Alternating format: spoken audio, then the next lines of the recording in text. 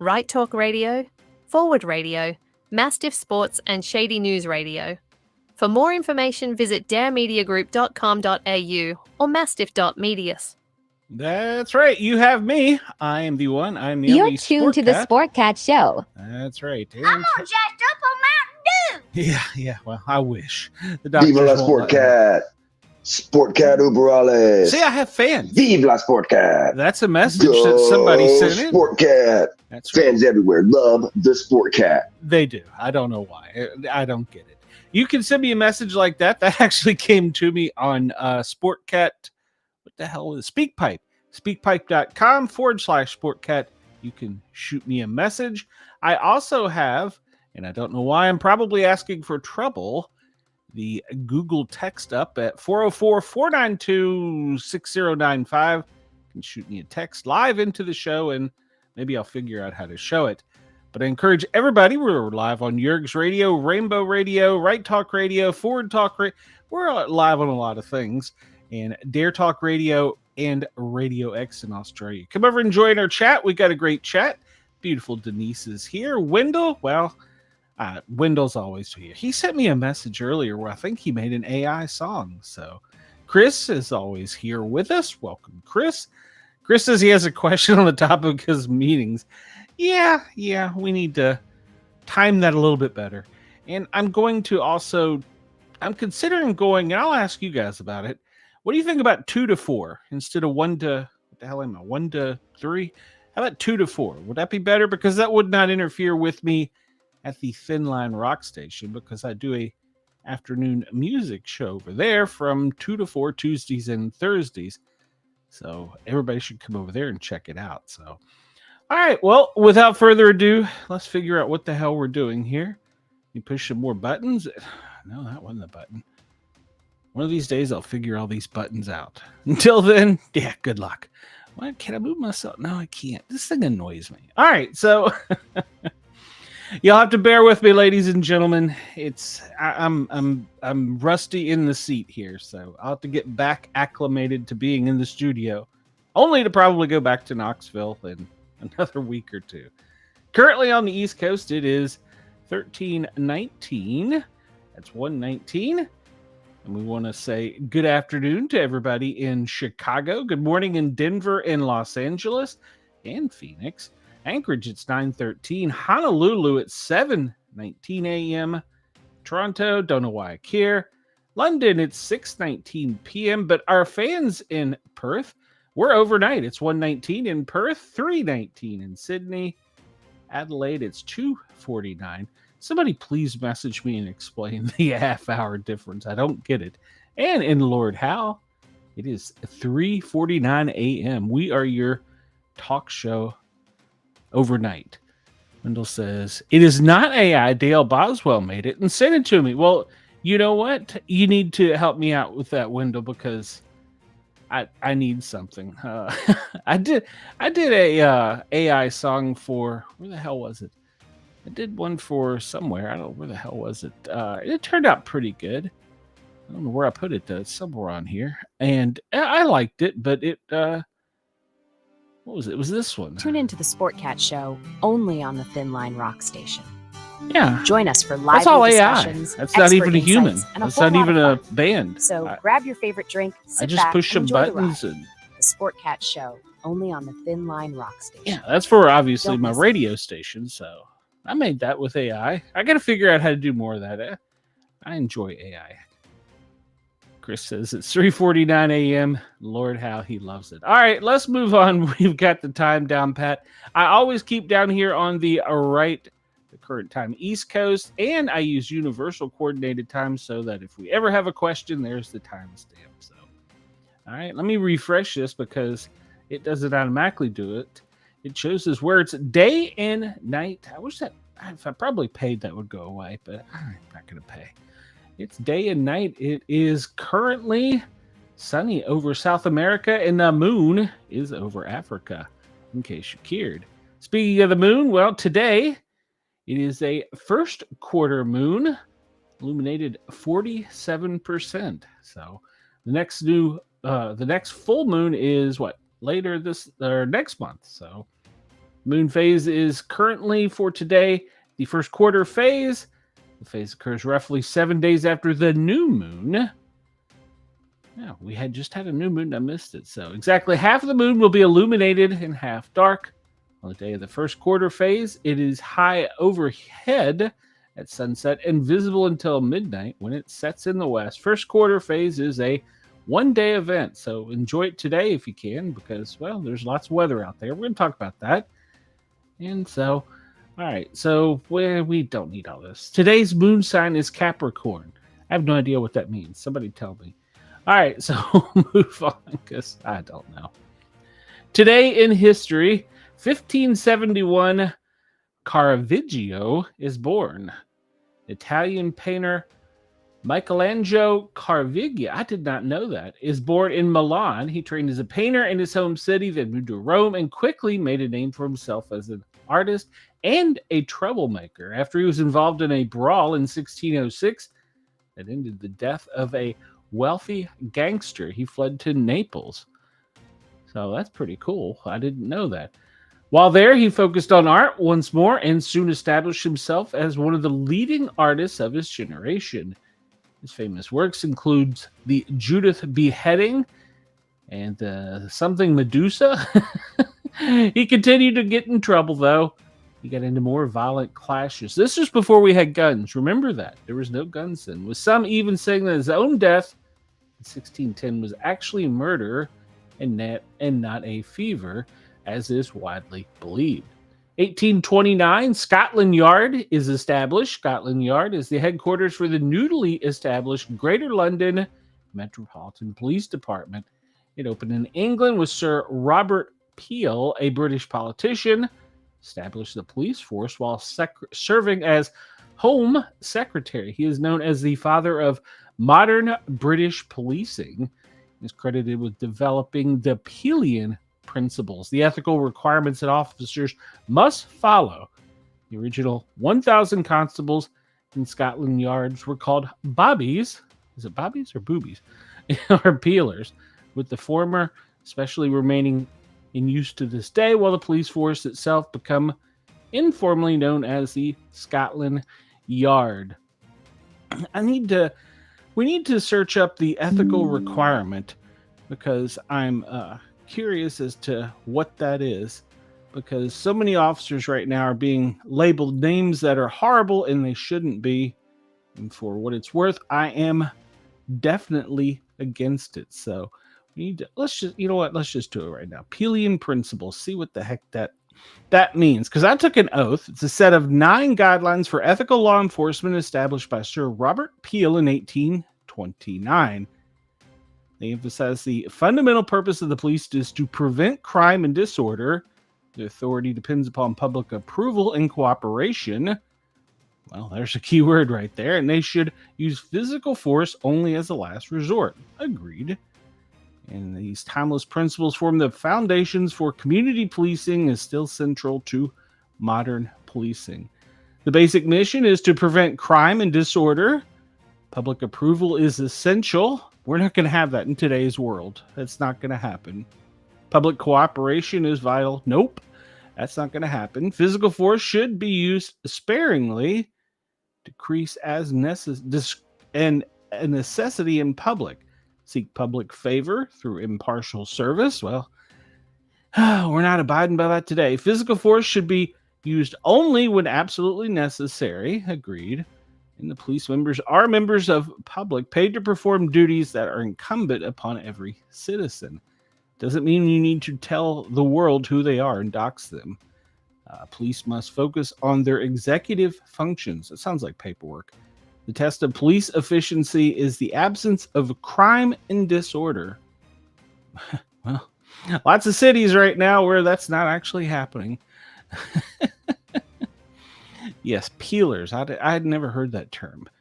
So, Rachel's peelers looked strong last night. Yes, they did.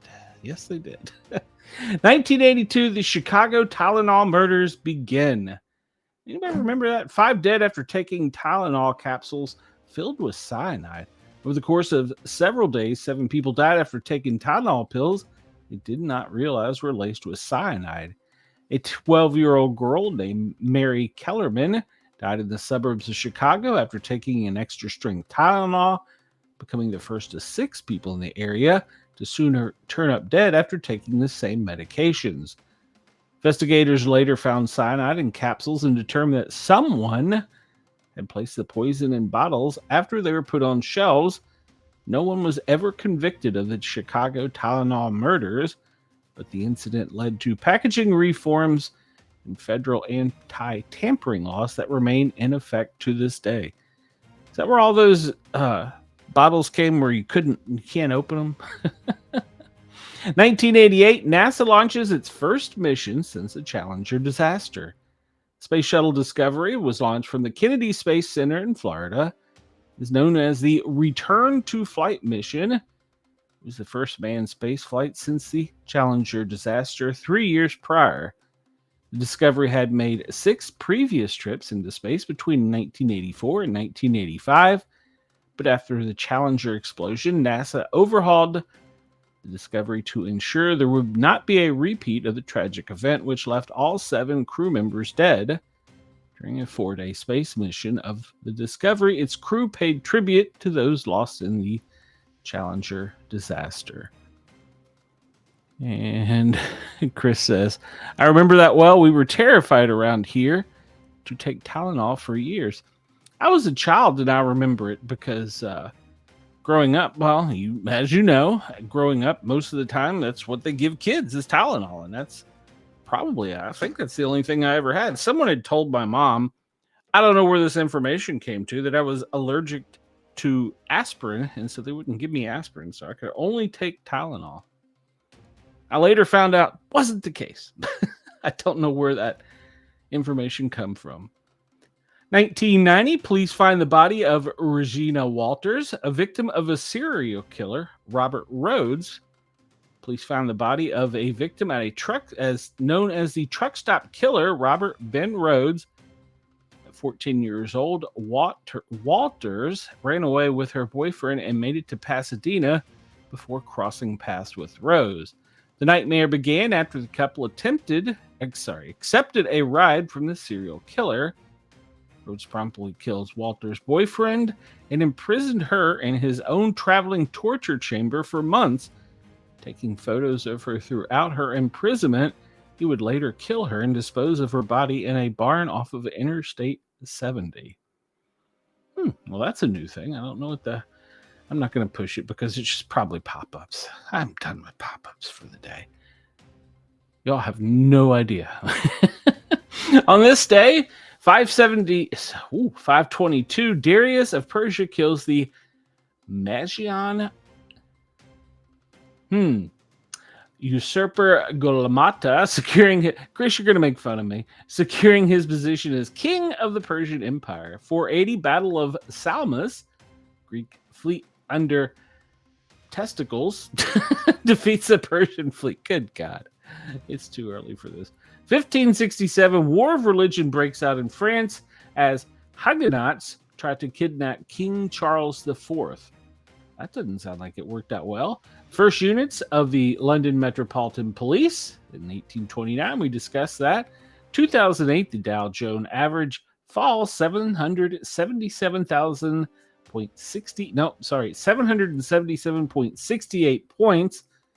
It's the largest single-day point loss following bankruptcies of Lehman Brothers and Washington Mutual.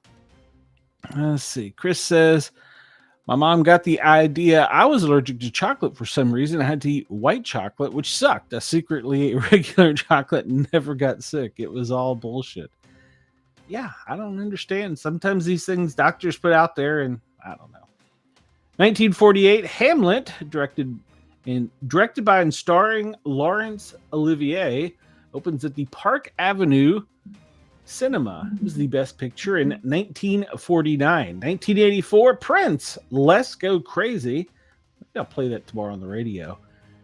Prince and the Revolution, the second single from Purple Rain, peaked at number 1. That was a great album. 1954, New York Giants Willie Mays makes his famous over-the-shoulder catch of Cleveland Indians Vic Wirtz 460-foot drive during Game 1 of the World Series, the Polo Grounds in New York City. New York City. All right, so what is today? Well, today's holidays. It's National Coffee Day. I'm not a fan of coffee, so I'll pass. But if you want to send me money to buy a Mountain Dew, I'll take it. It's National Coffee Day, National Starbucks Day. Hey, I'm sensing a conspiracy here. Starbucks and Coffee Day on the same day? Confucius Day, International Day of Awareness of Food Loss and Waste. And it's Religious Day. It's Michaelmas. You know, I'm going to have to hit this because I have no clue what Michaelmas is.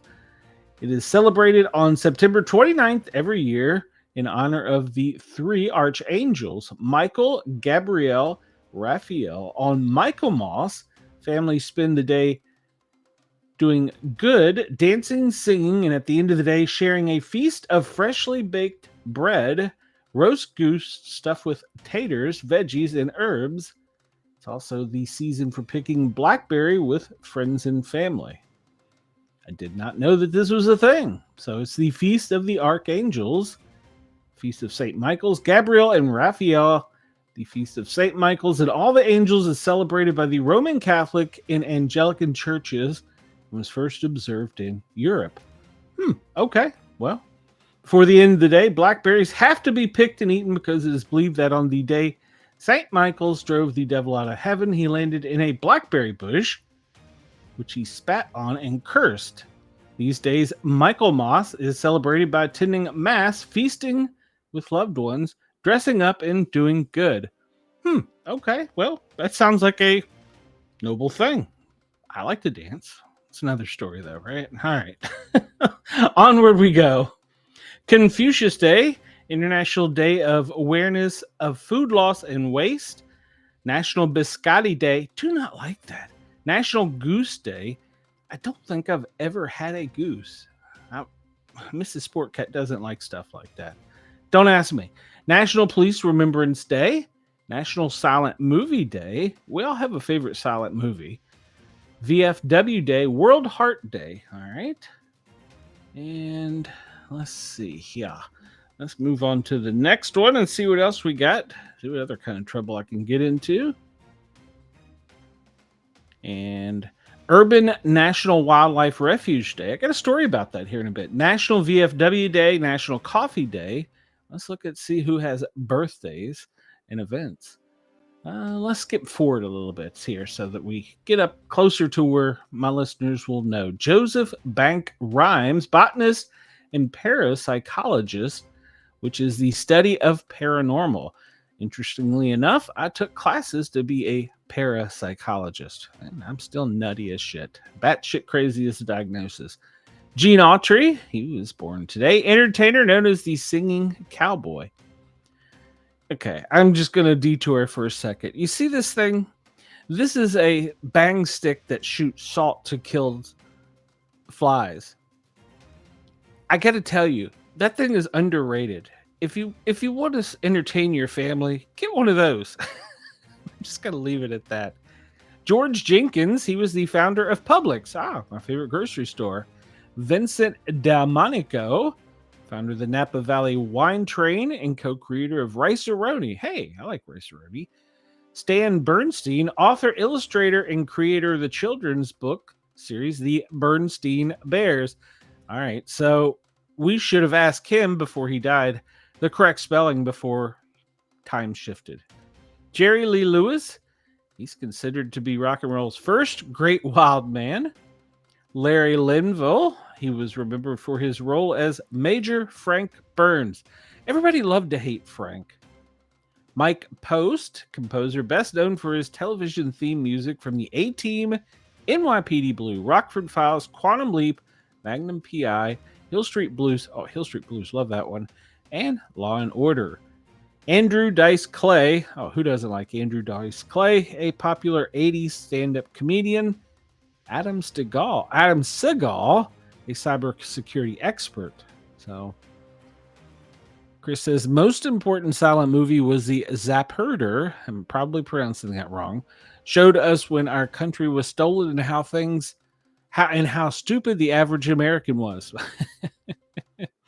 It's funny you say that. I just saw, I think it was a remake of that, and they used a more recent date in 20, I think, would it have been January of 20, where that America was stolen.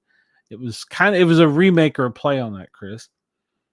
Memorable events. Well, 1789, the Department of First. Wait a minute. Let me start over here because this is important. The Department of War first establishes a regular army. Department of War. We still have them. 1916, John D. Rockefeller become the first billionaire. Can you imagine being a billionaire and that same amount of money today? Jesus Christ. 1923, the first American track and field championship for women. 1941, Joe Louis TKO's Lou Nova in 6 rounds for the heavyweight boxing title. Oh, in 1982, the sitcom Cheers premiered on NBC. 1994, the House votes to end lobbyists buying meals and entertainment for Congress. Aren't they still buying them shit?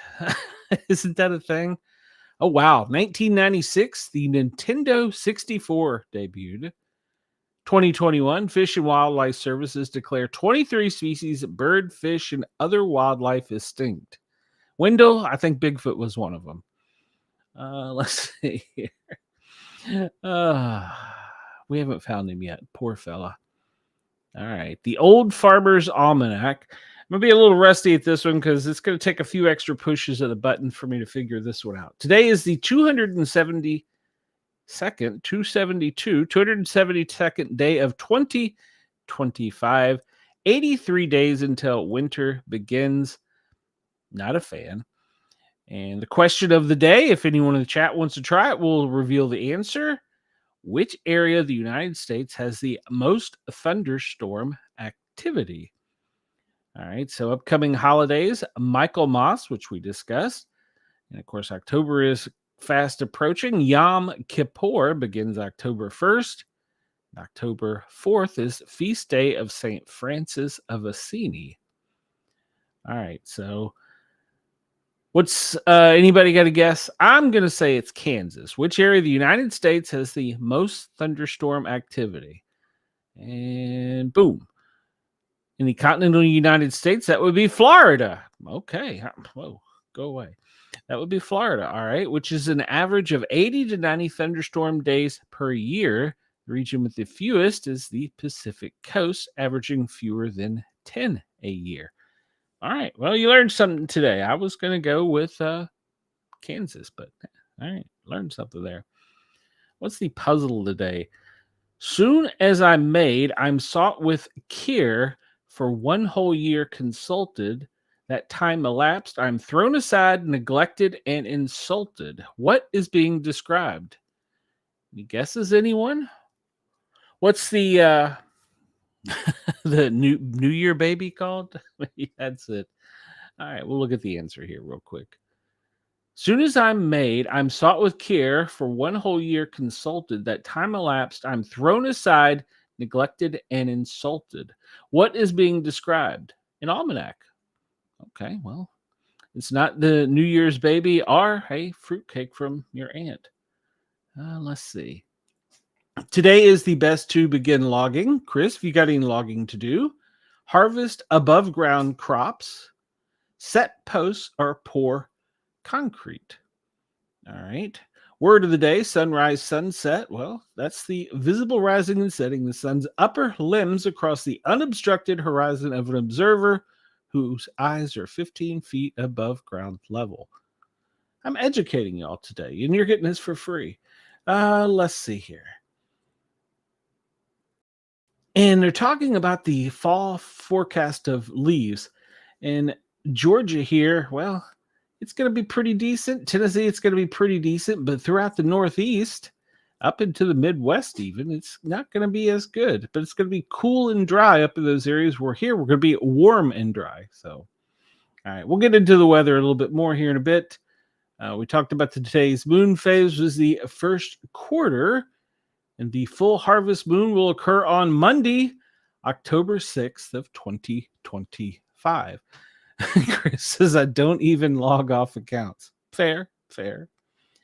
Let's see. And, well, I never did like roasted pumpkin seeds. My wife does. Apple cinnamon waffles. Well, my doctor's probably going to tell me I can't have that either. So they're taking everything in life that you enjoy as you get older, they take away. They don't like my Mountain Dew. They don't like my vaping. It's like the only things I have left. All right, so we discussed that today is the 272nd day of 2025 and the 8th day of autumn. And today, Congress established the regular army in 1789. 1916, the New York Times reported that John Rockefeller, the head of Standard Oil, was certainly the world's first billionaire. 1966, the Chevrolet Camaro debuted for sale at U.S. dealerships. I love the Camaro.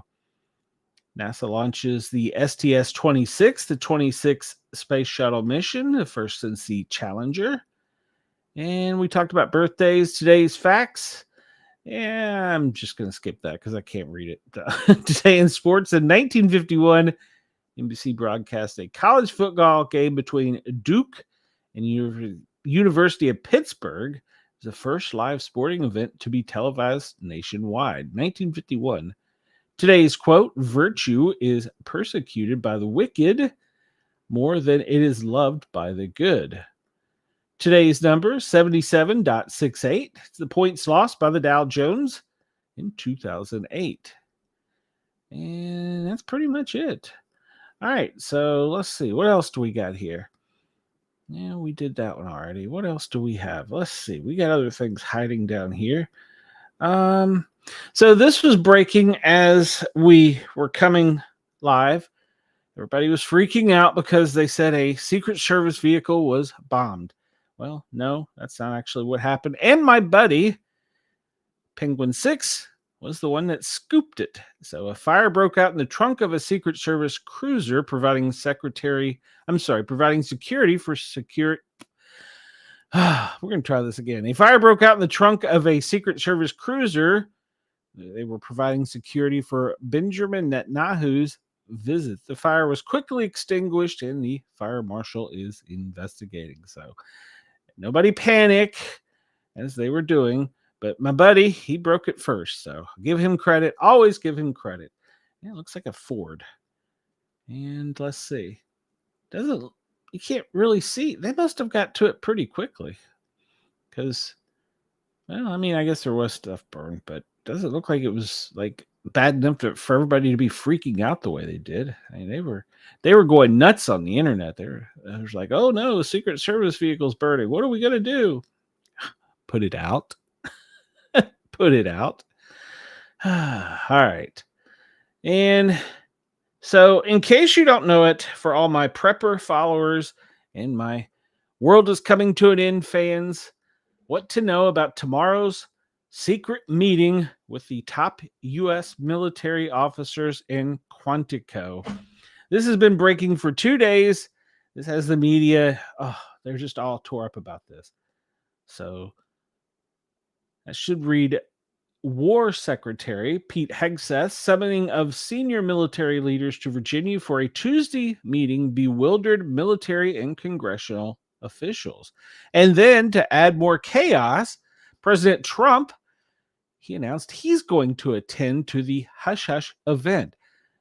He announced that this morning. That broke all kinds of news. So the big picture, the gathering at Quantico, it's a Marine base, has little precedent.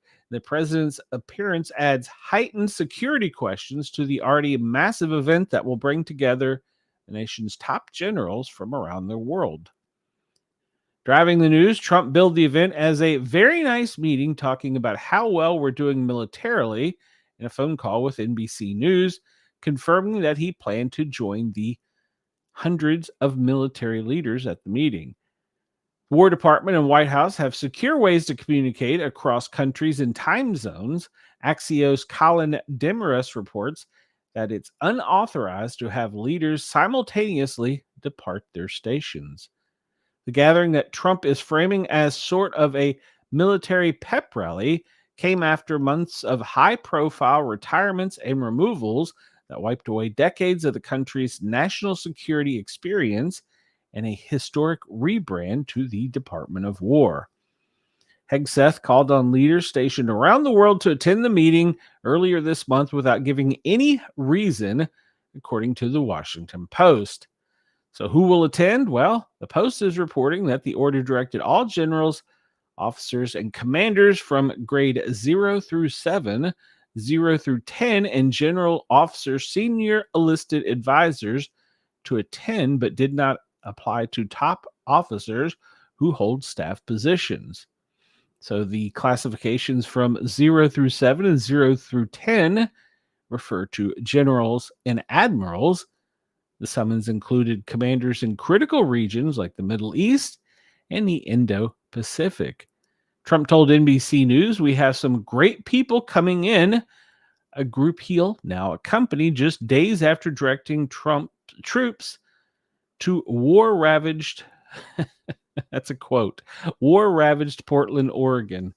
Not sure who put that in quotes, but Hegseth is set to deliver a speech. So what will be discussed in his address? The Fox host turned war secretary will describe his vision for the future of the military, his goal of restoring the warrior ethos, his standard to attain that fighting spirit, according to multiple outlets. These reports that his address will be brief. Trump doesn't do any short briefings. Trump told NBC the gathering would have a good message, that's a quote, that includes talking about being in great shape, talking about a lot of good, positive things. Yeah, I understand one of the things they're changing is the PT.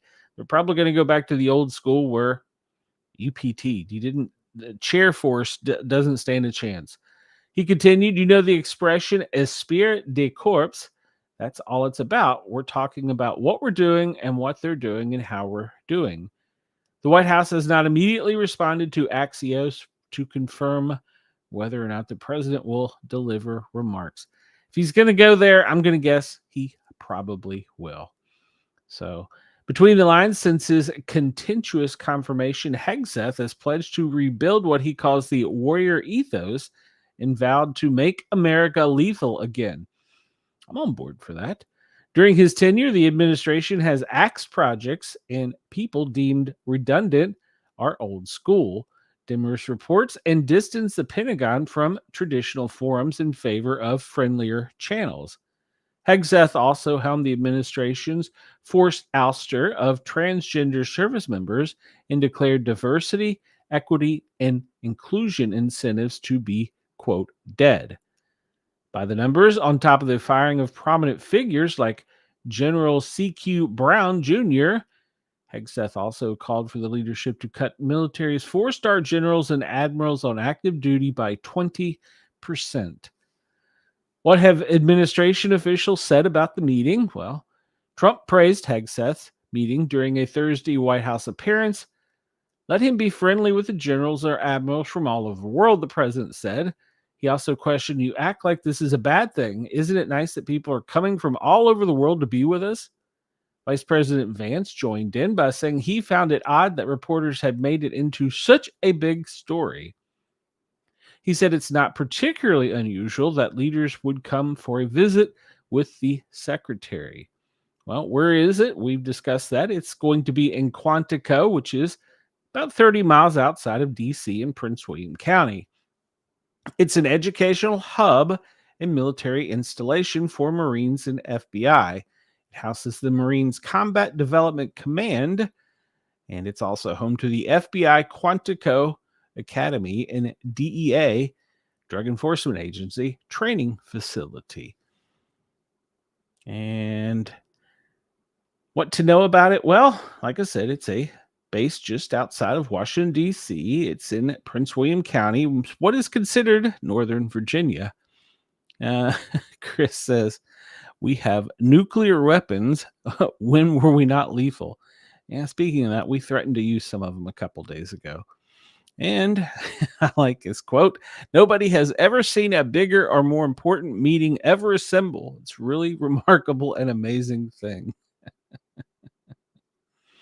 I'm catching up in comments. "Imagine waiting your whole life for college football live on TV and getting stuck with Duke versus Pittsburgh." Exactly. Let's see. All right, we're not worried about that. We have talked about how it's a sudden summoning, and it is a somewhat unique. I don't understand why Quantico was chosen. There has to be a reason Quantico was chosen that they're not telling us. I grew up in Washington, D.C., and Quantico is like 45 minutes. Well, in today's traffic, it's probably 2 hours from Washington, D.C. It's a quick helicopter flight for many of those. And it's a relatively small base. It's there on the banks of the Potomac, I believe. So it's an interesting place. My theory on this is, and I followed this with some other YouTubers, I think the reason that we're calling them is the fluff part for the media. Oh, we're just handshaking and blah, blah, blah.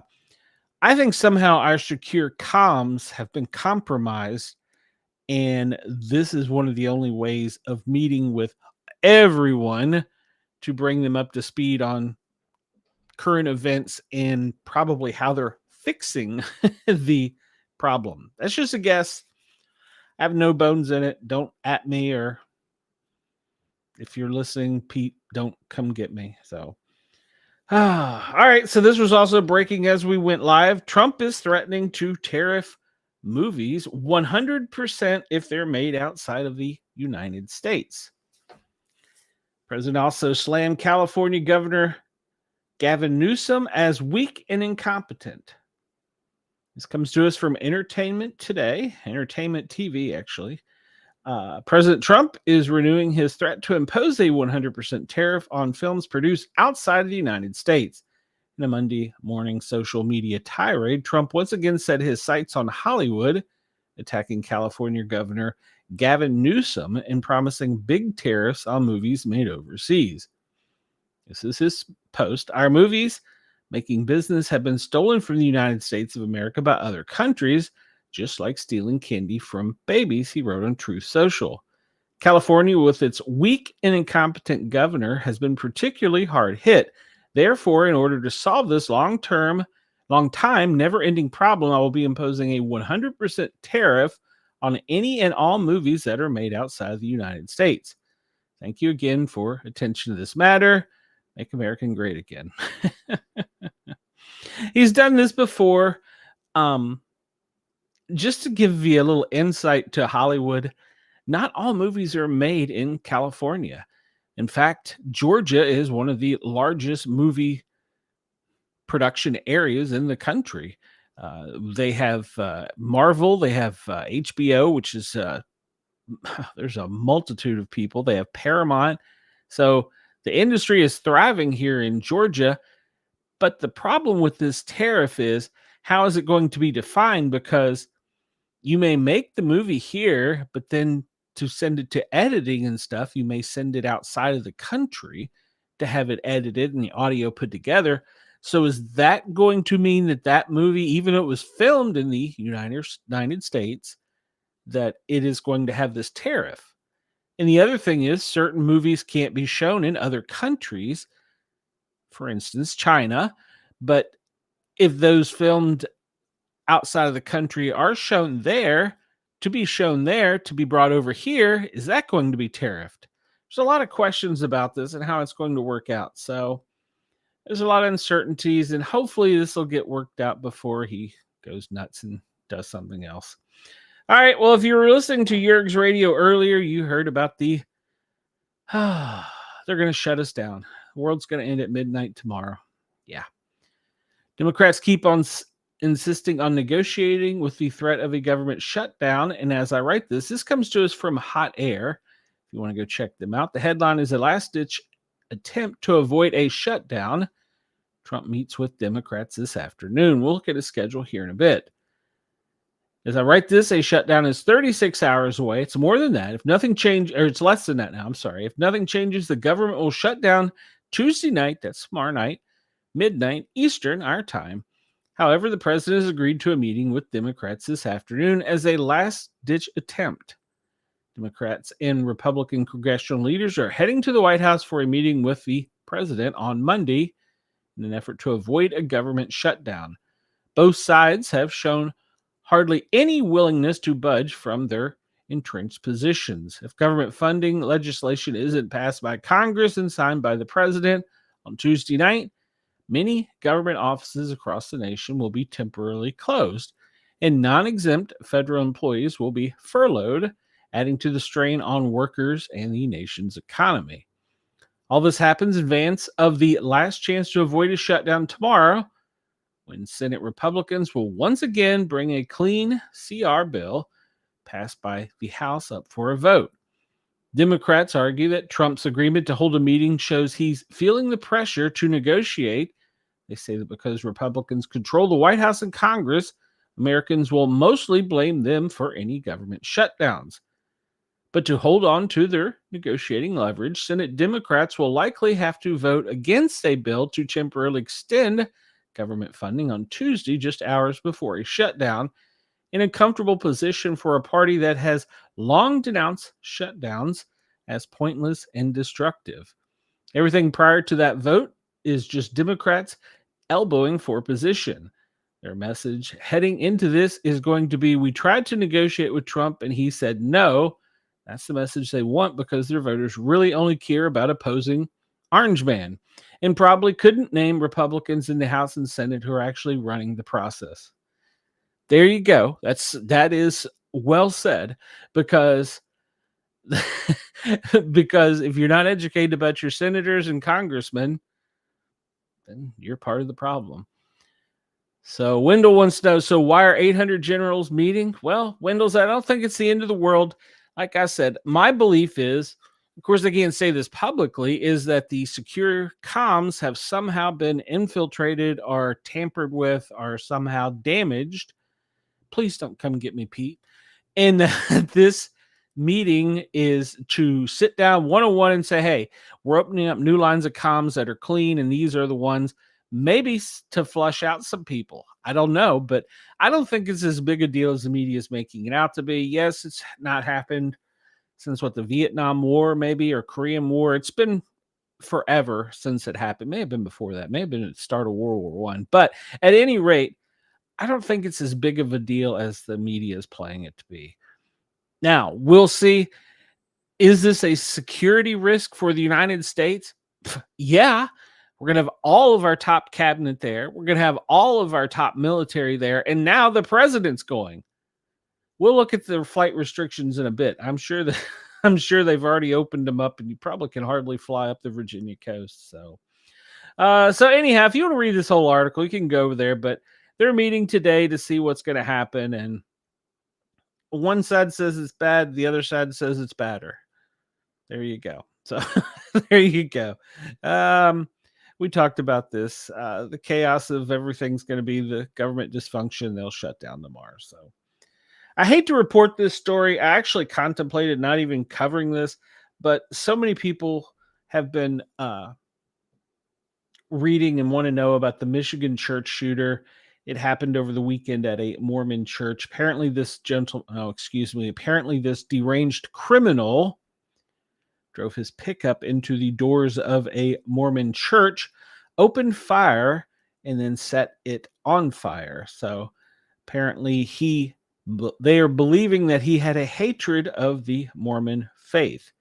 So he's accused of opening fire at the Church of the Jesus Christ of Latter-day Saints, killing 4, I believe it's up to 5 now, in Grand Blanc, Michigan on Sunday. He hated people of the Mormon faith, according to the White House press secretary. During an interview on Monday, she stated that based on her conversations with FBI Director Kash Patel, all they know right now is this individual hated people of the Mormon faith, and they were trying to understand more about how premeditated it was and how much planning went into it, or whether he left a note. There also was some confusion. Apparently, there were several IEDs. He's been identified as a U.S. Marine veteran. I'm not going to say his name. He had been deployed to Iraq for 7 months. He had no criminal history, and he lived in Burton, Michigan, which is near Grand Blanc. Pickup truck is alleged shooter used, had 2 American flags displayed in its bed, and a photo that was posted on Facebook. The gunman was pictured wearing a Trump 2020 and a shirt that read, "Make liberals cry again." The attacker was carrying explosive devices when he drove his Chevy Silverado into the church building on Sundays. It was unclear if he used them, according to officials.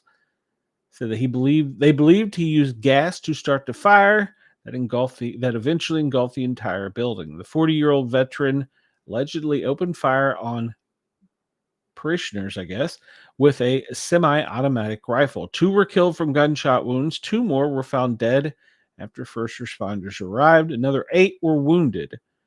Police responded to the shooting within 30 seconds, pursued the shooter to a parking lot behind the church where they terminated the criminal. So there you go. Apparently, because from a firefighter's point of view, I heard this on the internet too. Why weren't they putting the fire out? Well, first off, there was an active shooting. And of course, we talked about a second ago how they eliminated the threat. But the problem was we always worry in public safety, first responders, about the secondary attack that usually happens after we arrive. Supposedly, this deranged criminal also had IEDs. So you can't put firefighters or ladder trucks up in a position where there could possibly be a big boom.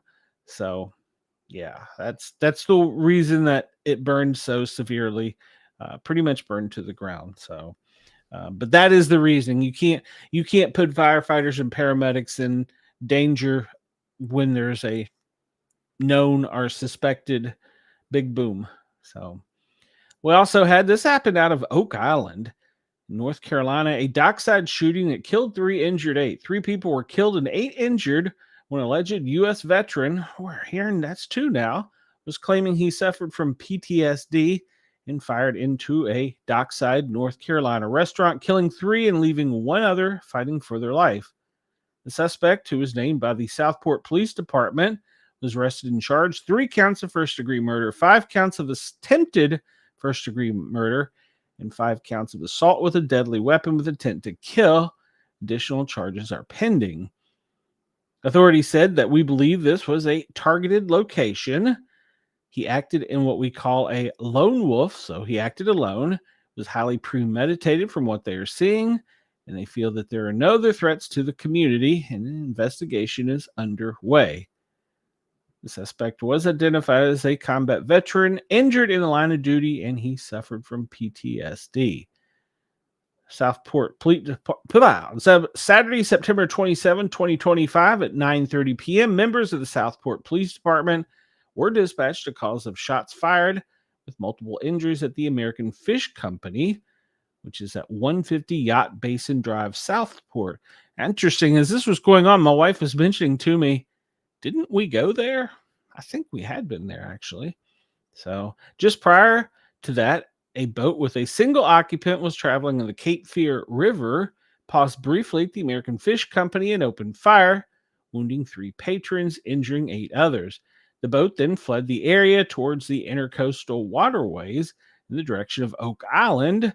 Shortly after 10 p.m., the U.S. Coast Guard observed a single individual matching the description of the shooter, loading their boat at the public boat ramp, right where that is, 55th Street in Oak Island. The Coast Guard crew responded and detained the suspect. He reportedly was a formerly known individual who had authored a book titled, quote, Headshot, Betrayal of a Nation. In the comments about the book, he stated the attacks on 9/11 would decide my future for me. I enlisted in the U.S. Marine Corps and deployed for 3 times, the first to Haiti and to Iraq twice. Returning from the war zone severely wounded, my life would never be the same again.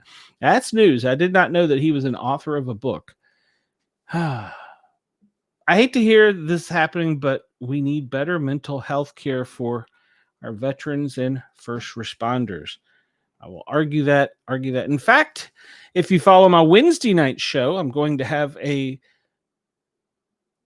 what's the right name? Guest on that is going to be talking about his battles with PTSD. So, and Chris says one of the police officers involved who took the shooter out was a DNR police officer. See, when calls go out like that, a lot of people think, oh, it's just the local police. No, it goes out on what we call an all call. and you're going to get people from neighboring jurisdictions, state, sometimes federal, depending on what part of the world you're in, or country. In fact, if you remember last year, there was an incident that occurred at a New York facility, and one of the very first responders was a police officer. He was wounded and killed by other responding officers because he was not wearing a uniform and he had a weapon. So that was bad too. All right, this comes to us from WTOP, but it's made the news. WIVK, a couple places. Dolly Parton postpones Las Vegas concerts due to health challenges. CNN's reporting that she will be lighting up the Las Vegas Strip December. She won't be lighting up the Las Vegas Strip this December after revealing to fans that she has some health challenges. They're forcing her to postpone her residency in the city. The 79-year-old country music icon said in a statement posted on social media, she was told by doctors she has to undergo, quote, a few procedures. She did not elaborate further. Given this, I'm not going to be able to rehearse and put together a show that I want you to see and a show that you deserve to see. Parton was set to perform 6 shows at the Coliseum Central Caesar Palace, December 14th to 13th, in her Las Vegas residency in more than 30 years. In her first Las Vegas residency in more than 30 years. They've been postponed until September 2026. Despite her health issues, she has not lost her sense of humor, joking that she told doctors, it must be time for my 100,000-mile checkup, although it's not the usual trip to see my plastic surgeon. She also noted that she doesn't have any plans to retire, telling fans, while I'll still be able to work on all of my projects here in Nashville, I just need a little time to get the show ready. And as they say, and don't worry about me quitting the business because God hasn't said anything about stopping yet. We remember that she lost her husband of 60 years in July, and that she had been suffering from depression from that. She was also seen in Knoxville recently, but she's home. Her home is in Sevierville, which is just east of Knoxville. All right, I'm going to be honest with you. This headline broke. I have no idea who in the hell Bad Bunny is. But his anti-ice comments have resurfaced as he's apparently going to be the Super Bowl halftime show. All right. Bad Bunny has been announced as the performer of the Super Bowl halftime show in California in February.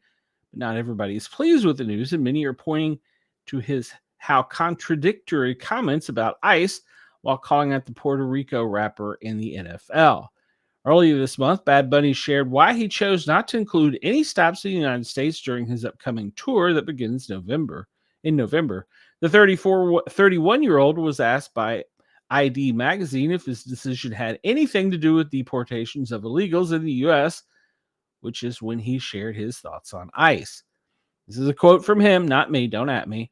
Man, honestly, yes, he replied. There are many reasons why I didn't show up in the U.S., and none of them were out of hate. I performed there many times. All the shows have been successful. All of them have been magnificent. I've enjoyed connecting with Latinos who have been living in the U.S. But there was the issue of fucking ICE could be outside my concert. It's something that we were talking about and very concerned about, he continued. His opinion seems to have shifted after the NFL called him to do the halftime show. Shortly before it was announced, as he was announced as the halftime performer on Sundays, he jumped on X to post a sarcastic note about doing, quote, just one date in the United States. I've been thinking about it these days, and after discussing it with my team, I think I'll do just one date in the United States. Bad Bunny, whose real name is Benito Antonio Martinez Asio, sent a clear-cut message during the halftime show. What I'm feeling goes beyond myself, he said. It's for those who came before me and ran countless thousands of yards so I could come in and score a touchdown. This is for my people, my culture, and our history. His anti-ice comments, coupled with his I'm doing this for my people statement, aren't exactly sitting well with everyone. And, of course, Benny Johnson had to jump on there and make comments. The NFL announced it. And there were some memes about that. I'm just gonna. You can go search him out if you're interested. I'm gonna have to listen to this meme. I don't even know who he is, but yeah, apparently he's doing the halftime of the Super Bowl. Chris says Dolly also has significant peelers. Didn't she do? Maybe it was just a halftime show for the Dallas Cowboys, where she about fell off the stage dressed as a Dallas Cowgirl cheerleader. This one comes to us from Raw Story. You can look it up at rawdog.com. No, rawstory.com. The generals claim Trump scrambled after learning about comical Hegseth plan, had no idea. A retired U.S. Army general questioned the motivation for the War Secretary Pete Hegseth. These magazines don't want to call him by the proper title, ordering military commanders from their posts to come to Virginia. The Pentagon chief is calling hundreds of senior military leaders to the Marine base for a pep talk, according to the author. Look, this will be very respectful audience tomorrow. He said, our political culture in this country says there's two civilians, only the president and the Secretary of War, who give orders to the armed forces. I think Secretary Hegseth had no idea what he was doing, calling a no-notice meeting without specifying what the topic would be. I think he did not want to harangue the senior enlisted and military leaders the country about warrior culture. It's a hard one to pull off. These people, as you say, grew up in 20 years of combat from lieutenant to E1 to end their career. They're now serving, and I think the president had no idea what was going on, learned of it, horns in. This ought to be a very unusual, almost comical session. Why did he draw attention to this as if we were going to go to war over what? Greenland or something. So it's a real mess. This is according to the retired general. And Hegseth should not expect a rousing reception from military brass. A lot of civilians don't understand. A military audience doesn't applaud or take enthusiastic recognition of speech by a senior officer. I have a feeling they're going to pass word. It had better look like that on TV on this one. Look, this is all such an unusual situation. The day American people make a final determination on elected president, the military completely 100% switches over to being respectful and supportive under the laws of the new administration. By the way, they all come in nervous about these generals with all the ribbons and are going to pay attention to us.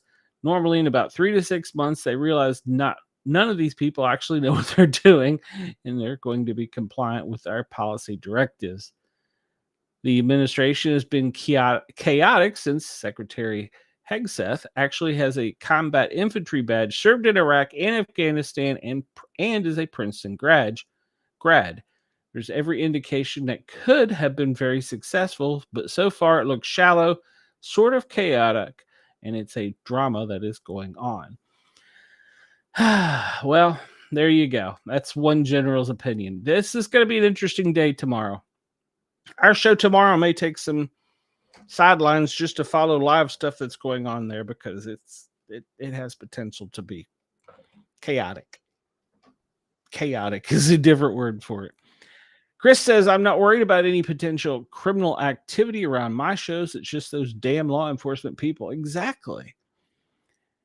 Who thinks anyone who got called to a meeting by Joe Biden had any idea what the fuck he was going to spill out of his mouth? I agree. All right. Man, we're running a little over here today. 29% of Americans think birds intentionally poop on their cars and the cleanup costs might back them. It starts as a tiny white splatter you notice on the hood, then another appears on the mirror. By the time you're loading groceries, the roof looks like it hosted a seagull convention. You sigh knowing a car wash is now mandatory. If you're unlucky and went days before seeing the gifts, the acidic mess might already be eating into your paint. Oh man, it's going to make me paranoid now. Most drivers know the story all too well, and some are convinced it's no accident. At least that's how nearly a third of American drivers feel about birds. A new survey finds that about 29% of people believe the birds are intentionally targeting their car with droppings. The evidence, at least from the cleanup bills, might support this theory. All right. An American carport manufacturer might have just validated more than a quarter of drivers' feelings about bird crap. According to its survey results, more than half, 58%, said their vehicles had been hit more than once in the same day. Nearly a quarter spend over $500 each year on car washes and paint repairs because of bird mess. That money isn't going. That money isn't just going towards making a car look presentable. Bird droppings are acidic enough to etch into clear coat and paint if left too long, sometimes just a few hours. Once that happens, a simple rinse no longer cuts it. Detailing, repainting, or even panel refinishing can follow. That's why Tesla and BMW drivers whose cars have more expensive finishes are among the most likely to spend hundreds on cleanup each year. Drivers of Ram, Jeep, and Chevrolet reported the most splatters, and darker paint jobs, especially brown, red, and black, were the most likely to attract it. The annoyance pushes people to exchange habits too. 29% of the drivers say they switch parking spot to avoid, quote, poop zones. 38% admitted they'd walk just a block to avoid a messy perch. About 1 in 5 said they'd shell out $50 a month for a carport or garage additions to keep their car safe. It's not so crazy investment when the alternative of years is recurring cleanup costs. Science does explain some of the bird behavior. Birds perched on trees or wires are simply, quote, doing what they do. Shiny paint or reflective mirrors can trigger territorial responses, but knowing that doesn't make the bill any easier to swallow. With 11% of the drivers reporting actual paint damage from the poo-poo, it's clear what starts as, these are words I just didn't think I'd ever talk about on my show. What starts as a small splat can become a surprisingly expensive problem. So there you go. The birds are targeting them. Hopefully they won't target the general's vehicles while they're in Quantico. I don't know if anybody else caught this last night on 60 Minutes. If you were trying to watch CBS's Big Brother, you probably did. Dana White, you know him as the UFC chief, he went on a crazy gambling swing, gambling incredible amounts of money. At one point in time, he was down $500,000 or more. And he goes on a 1.9 million baccarat swing in just minutes. The man responsible for building UFC empire appeared on 60 Minutes Sunday. It was filmed going on a wild swing while playing baccarat. Well, how wild are we talking? Well, he was down 1.2 million and cashed out 10 million 10 minutes later, up 700,000 after playing up to a $400,000. I can't play a $4 hand. He's playing a $400,000 hand. That's a nice $1.9 million swing. Yeah, that was crazy. He's like, yeah, I'm down. Should I stay? Nah, I'll hang out a while. Good Lord. Let's see. This is a rescue of a dog. A member of Chicago's police department Marine units came to the rescue of a dog stranded in a Chicago River drain pipe. The Marine unit was patrolling the river at the time, responded to the location. We're out searching for a missing dog at the time of the incident. Saw on a community safety app about the Marine unit was engaged in a rescue for a canine matching his paint's description. And speaking of crazy canines, I apparently got a feline in here. Look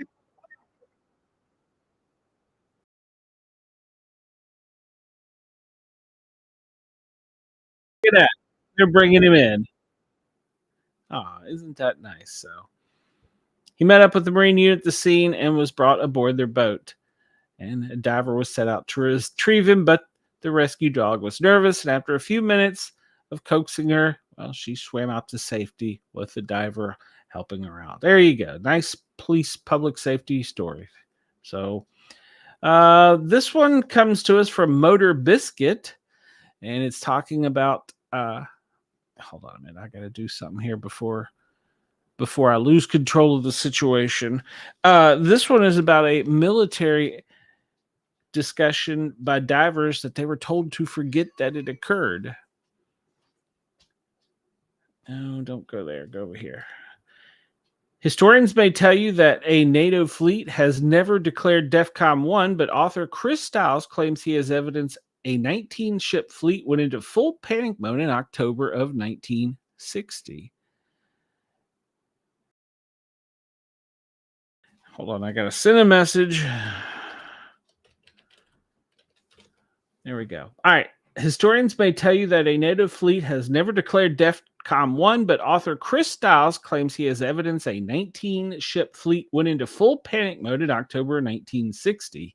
He writes that 4 separate veterans say the fleet discovered multiple UFO-type flying saucers hiding underwater. Investigative journalist Chris Stiles first noticed something odd in the logbook of a NATO mine-laying practice mission in October of 1960. 10 U.S. Navy ships and 9 Royal Canadian Navy ships set out on a massive training exercise. The lead ships practiced laying fake mines in the ocean. The sweeper ships followed behind to practice scanning and cleaning. By October 12th, the NATO fleet was sailing off the coast of Shelburne, Nova Scotia. Then, quote, all hell broke loose. According to the logbook of the commanding ship, the HMCS Cape Scott, the fleet went on an unprecedented DEFCON 1 alert while sweeping for mines. The fleet had discovered something else underwater, something moving. It had deployed RCN clearance divers to investigate. The divers had returned with an unbelievable report. Stiles later interviewed 3 of the divers and 1 Royal Canadian Air Force crash debris specialist. There was no doubt what we were dealing with off of Shelburne. There were UFOs sitting on the seabed. They were occupied and there was still activity. One was trying to help the other, which was damaged. They ordered us to the surface and ordered us to forget what we'd seen. Then alarms sounded upon the command ship and panic broke out. Technically, the witnesses were describing unidentified submerged objects, or USOs. One intriguing aspect of the 1960s encounter is that it would be years later before alien-shaped spaceships, flying saucers, would become a widespread cultural icon that they are today. So the divers may have been less influenced by pop culture than modern divers.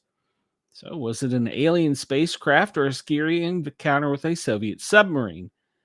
Stiles said he interviewed an Air Force veteran who listened to the divers discussing the flying saucers lying on the ocean floor beneath the ship every night for the rest of the mission.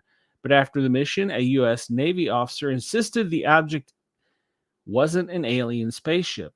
The divers, he said, had mistaken a Soviet submarine for something else. While NATO hasn't declassified records, such as the materials recovered from this object or the film footage divers captured, USO sightings continued in the now infamous 1967 Shag Harbor incident. Eyewitnesses claimed to watch UFOs crash into the ocean just 25 miles off of Shelburne. In 2004, In 2004, U.S. Navy pilot Commander David Fravers and Lieutenant Commander Alex Deach witnessed and videotaped a tic-tac-shaped UFO crossing from the ocean into the air off the coast of San Diego. The Pentagon has since established the All-Domain Anomaly Resolution Office. Oh, that's a government acronym. AARO to investigate. They've even testified before Congress. These sightings across decades, but the sort of high-resolution footage captured during the, quote, tic-tac incident hasn't been possible until recently, perhaps using the latest information to reevaluate incidents such as Shelburne and Shag Harbor. We hope will help us discover whether eyewitnesses were looking at a Soviet submarine or something else entirely. So basically, they told them, just forget about it. You didn't say anything. Nothing to say here. Just move on. Let's see.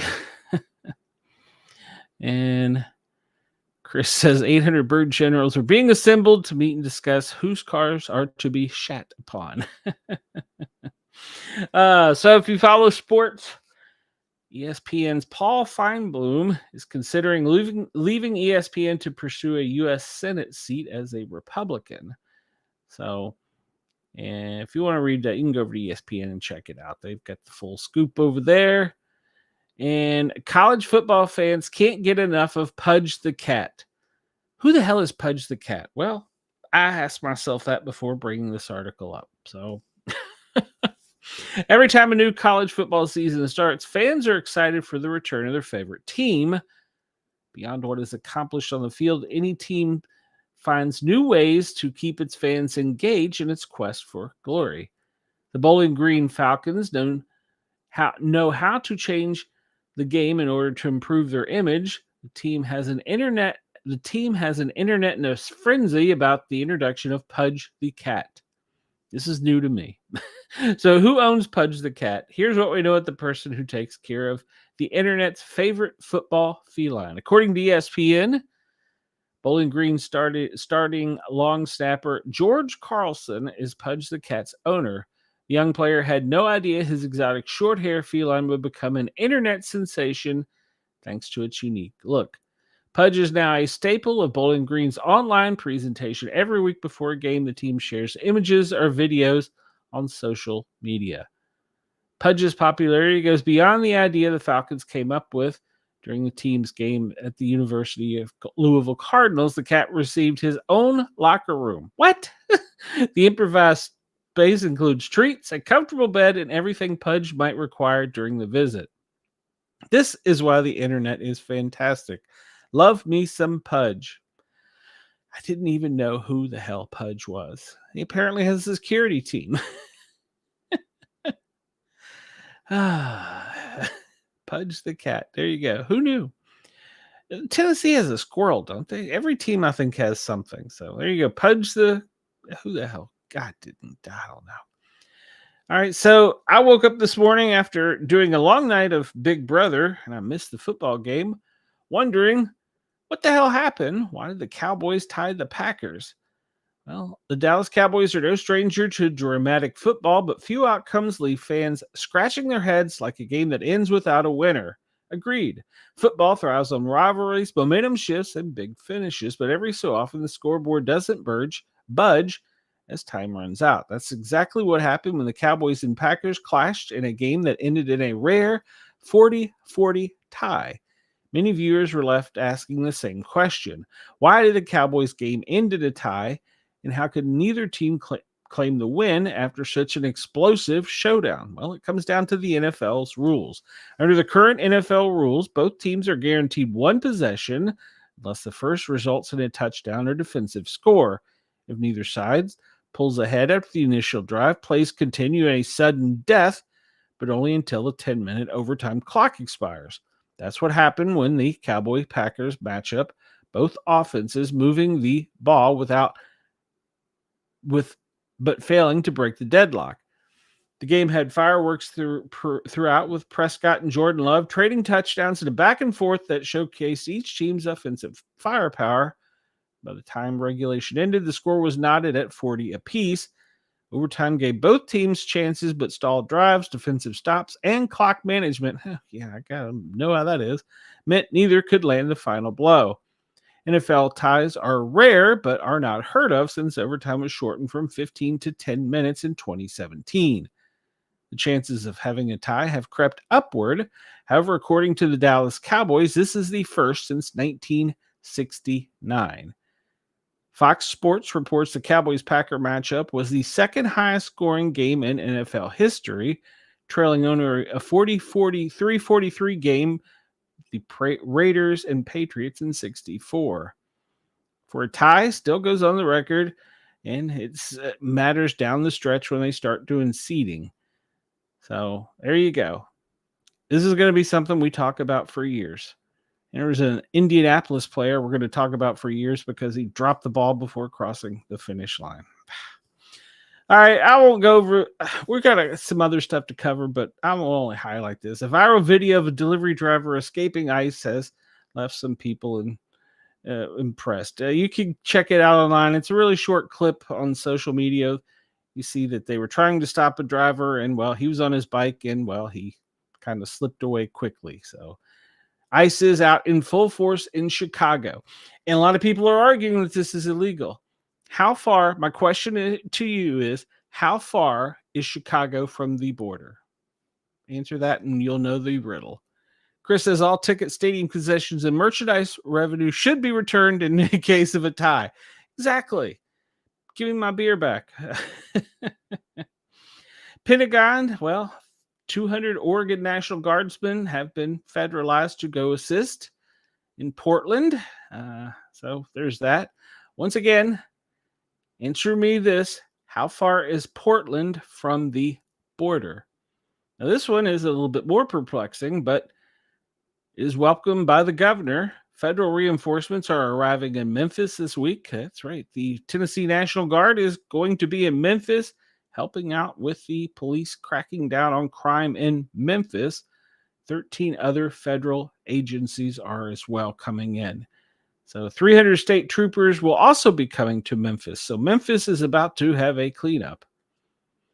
This headline broke earlier. Apparently, we're going to allow Ukraine to strike Russia with long-range missiles. It's been approved by the president, but has not been approved by the Secretary of War or our commanders yet. And Russia has already responded very unkindly to that. We also discover that sea life thrives on sunken ships and discarded bombs.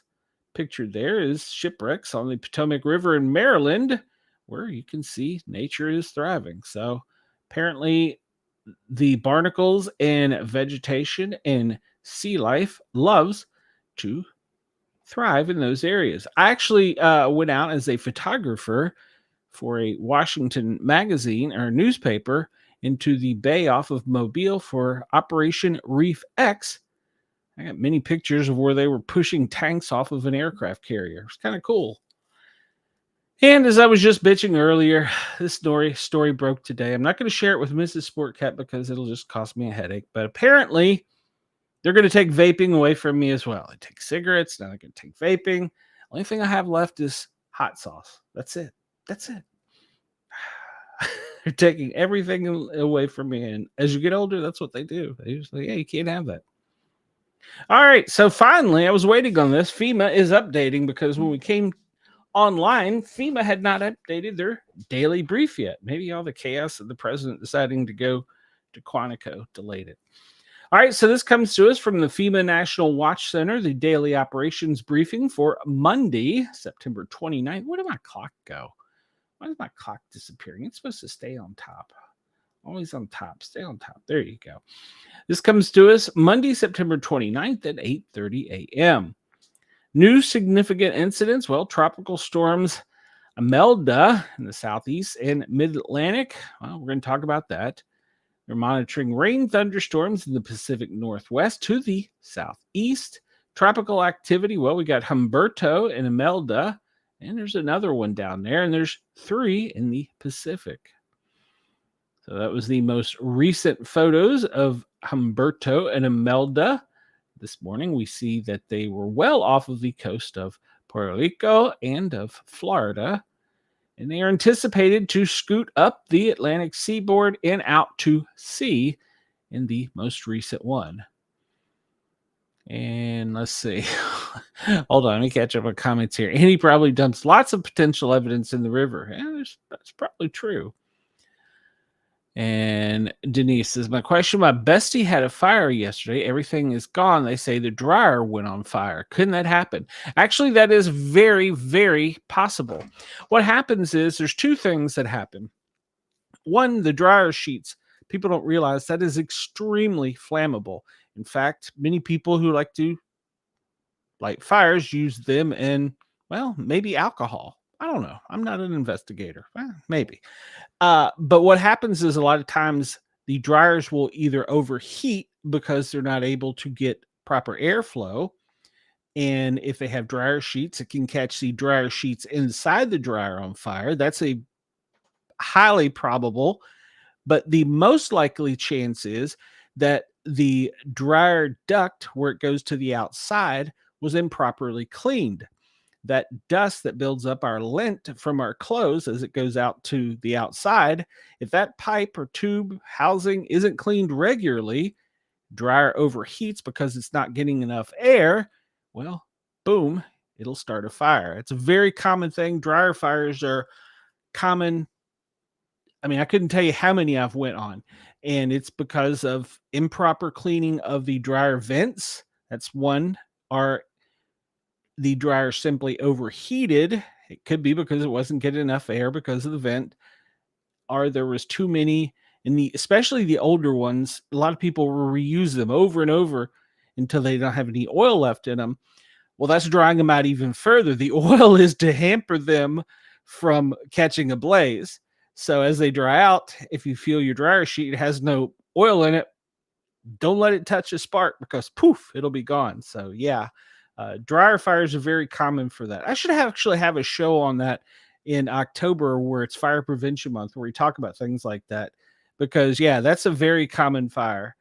People don't clean their dryer vents, and it can cause problems. All right, so the tropical storm Imelda, well, she's just going to be a pain in the butt, but she's going to go out to sea, and maybe Thursday our friends in Bermuda may see some tropical storm activity from it, but she's going to turn and make a hard right and get out of here.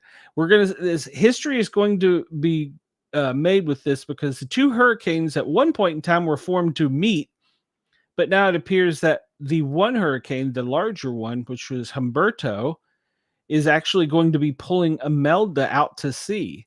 And once it pulls it out to sea, it's going to cause it to turn again. So hopefully neither of them will bother us. I'm sorry for our friends in Bermuda, but Florida, you could see some tropical force winds in water, but rain, but it's not going to be that big. Humberto, well, it's also turning hard right and getting out of here. I got a picture. Did I download that? I got a picture somewhere. Let's see if I can find it real quick. That the Georgia State Police published it. I can't find it. I think I brought it up here. And did I not? Maybe I didn't. All right. It was the Georgia State Police Department posted a picture of one of their police cruisers on the coast of Savannah. It says, "We were running radar and the storm took a hard right and left." It was a really cute meme that Georgia State Patrol made up. Apparently, I don't have it. So as we're going to discuss, they're going to make their way out to sea, and they're not going to really be bothering us. But a lot of people who always question what the federal or what the responders do. Get over here. It's not what I want.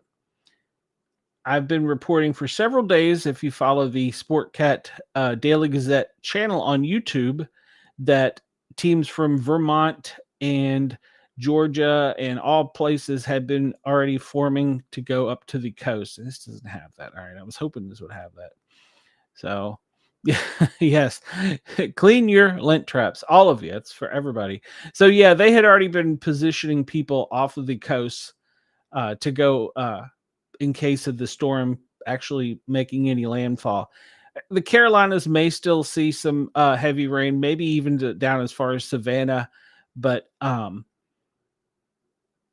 it doesn't appear that it's going to be that big of a deal. But Virginia's on normal operations at the EOC. Georgia, well, we've partially activated. South Carolina's declared a full state of emergency.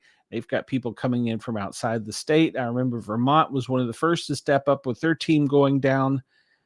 North Carolina has declared a state of emergency as well. So there's a lot of team. I know Virginia Task Force 1 was deployed down towards Norfolk, but they're probably going to be pulling back. So there was some flooding. If we've missed this, having not talked, but there was some flooding in Arizona. There was videos of it actually on YouTube. There's 2 confirmed fatalities.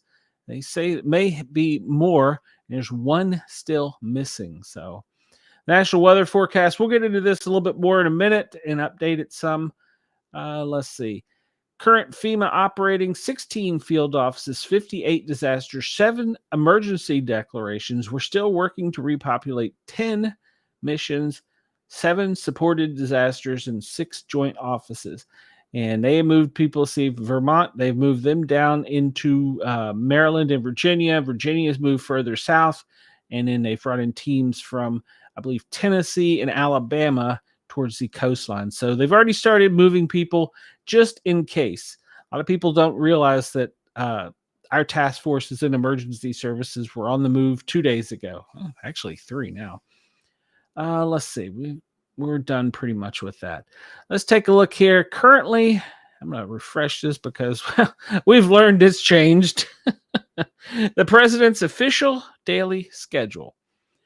All right, 8:43 a.m. What are you doing? I don't want, get off of my screen. It's a pop-up. I hate pop-ups. 8:43 a.m. Carolyn Levitt was out at the Sticks.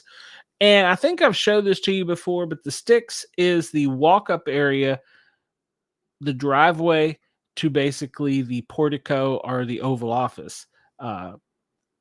You just have to see it on a map. But anyhow, they go out there and frequently just have a meet the press. So that was at 8:43. 9 a.m., the press was actually called to be there. I'm going to guess Carolyn was probably walking into the office and she got sidetracked and gave a impromptu press conference. 10:15, the president signs an executive order. I do not know what that executive order was. Let's see. 11 a.m., the president greets the prime minister, the state of Israel. That's been one of the reasons they put up all the fences in D.C. and heightened security. 11:35, the president participates in a bilateral meeting with the prime minister of the state of Israel. At noon, have no idea what the hell that is and where's it coming from. Where is it coming from?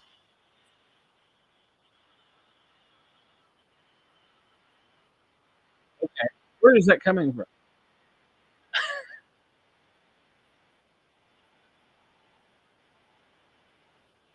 Oh, nope, nope. Well, I'm glad that Echo is invading my show to do that. I have no idea where that came from if you heard that. Jesus. All right, let's get back to this.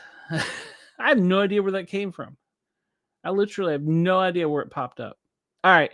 Did you all hear that? A commercial for Echo. It was nice of them to interrupt my show and have a commercial. Noon, the president participated in a meeting and lunch with the prime minister of Israel. 1:15, press conference with the prime minister of the state of Israel. That's been changed to 2:26 local, which is, well, probably occurring now. And then the president meets with tonight bipartisan leadership. I'm sorry, this evening, bipartisan leadership. So, and then at 5:30, he's participating in a Gold Star family reception. All right. I don't know why that came up. I really don't. Unless it was from this screen. If so, I will discontinue that. Let me update this. Let's see. The presser they're having right about now says Trump says Israel has full backing of the U.S. to take steps to defeat Hamas if it doesn't accept proposed peace deal. Yeah, go away. And Trump says Netanyahu has agreed to join his plans. And let's see. We apparently are going to do more coal mining. I'm just going to highlight this since this has all changed on the fly with him showing up, even though he was planned to be there. They changed all the times. And of course, we know there's many protesters outside. That's why we talked about them having the fence. ISIS, the man killed in the Dallas shooting last week, was from El Salvador. Okay. Oh, that was from the shooting outside the ICE facility. The man was from El Salvador. That's a shame. He came here for freedom and he got arrested for wanting his freedom, and then he was murdered unnecessarily. Let's see. Apparently they've adjourned the House, but they're still available on the phone. At 11:30 a.m., Secretary Netanyahu came there. And let's see. Jeffries said at 10:48 the Democrats are ready, willing, and able to negotiate before the shutdown. That's good news. Of course, we talked about the tariff that he wants to enact on Hollywood, on movie industry. And furniture. Apparently furnitures are a big deal. Israel, Hamas, they want them to get into a ceasefire. That's good. And I don't know what the comments from the Arizona state representative were, but apparently they were not good. Go away. Holding government funding, longest parents.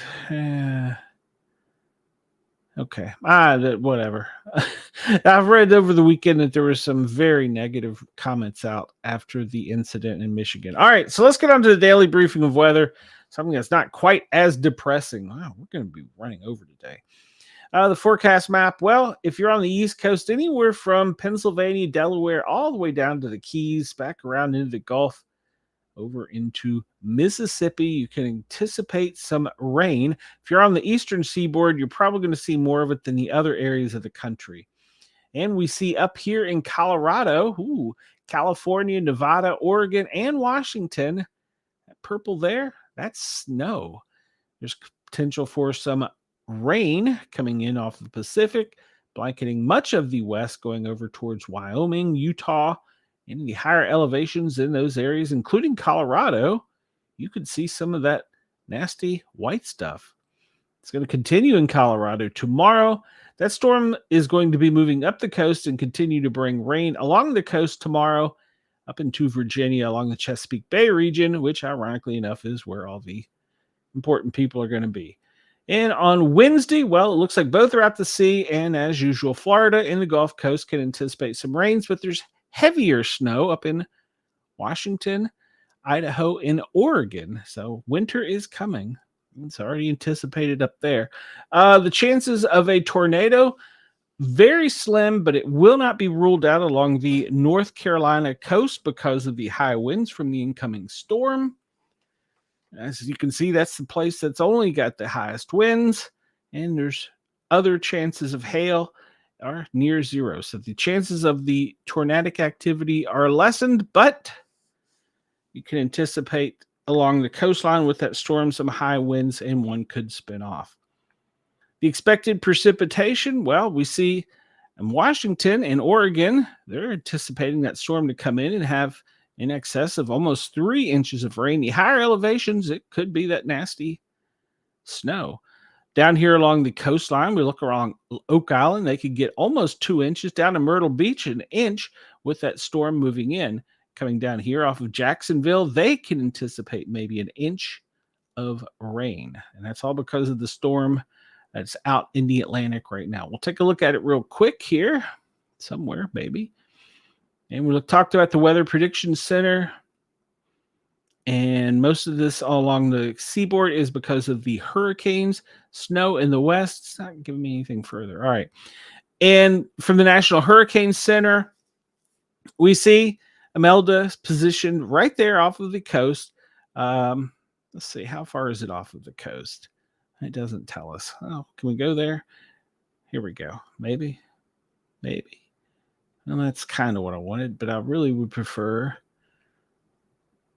That's the winds.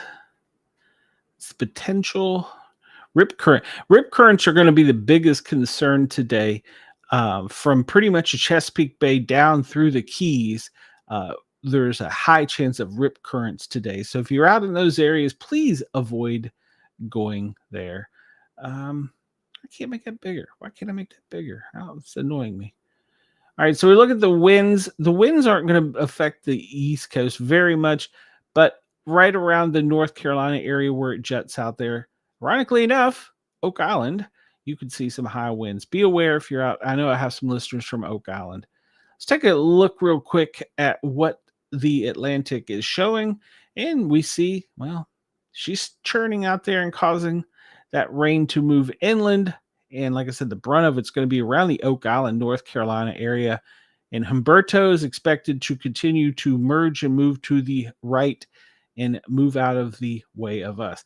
And then I saw this pop up earlier today. Well, this is in the Gulf of America, and they're talking about this little spinning area down here. That could possibly become something important we need to keep an eye on. So if you're in the Gulf, keep an eye on that. In other words, I'm not going to get my beach trip this year. It sucks. Just sucks. Now, Mrs. Sportcat doesn't want to go on the beach anyhow. All right, so we'll look real quick. We'll spit out to the big blue, round, beautiful globe. And we see if we zoom in, right there is the hurricane and Humberto right behind it. And they're expected to continue to skirt the coast, moving up and going out to sea later this week, headed towards Bermuda and out into the Atlantic. Hopefully they won't merge and make a bigger storm. It's always a potential. Rainfall potentials, we were talking about off of this. Anywhere up to heavy along the see, this is actually south of Myrtle Beach, or south of Oak Island into Myrtle Beach. It looks like it's going to get the heaviest rain. They've changed this since earlier. And then off of the coast, looks like maybe down around Daytona Beach, skirting all the way up the Georgia coast, Brunswick, Savannah, some moderate to heavy rain. So there you go. Can I do? No, I can't. I want to save it. And I didn't mean to zoom in that much. This is just showing us on the graphic where Umberto right now is 145 mile an hour winds, category 4.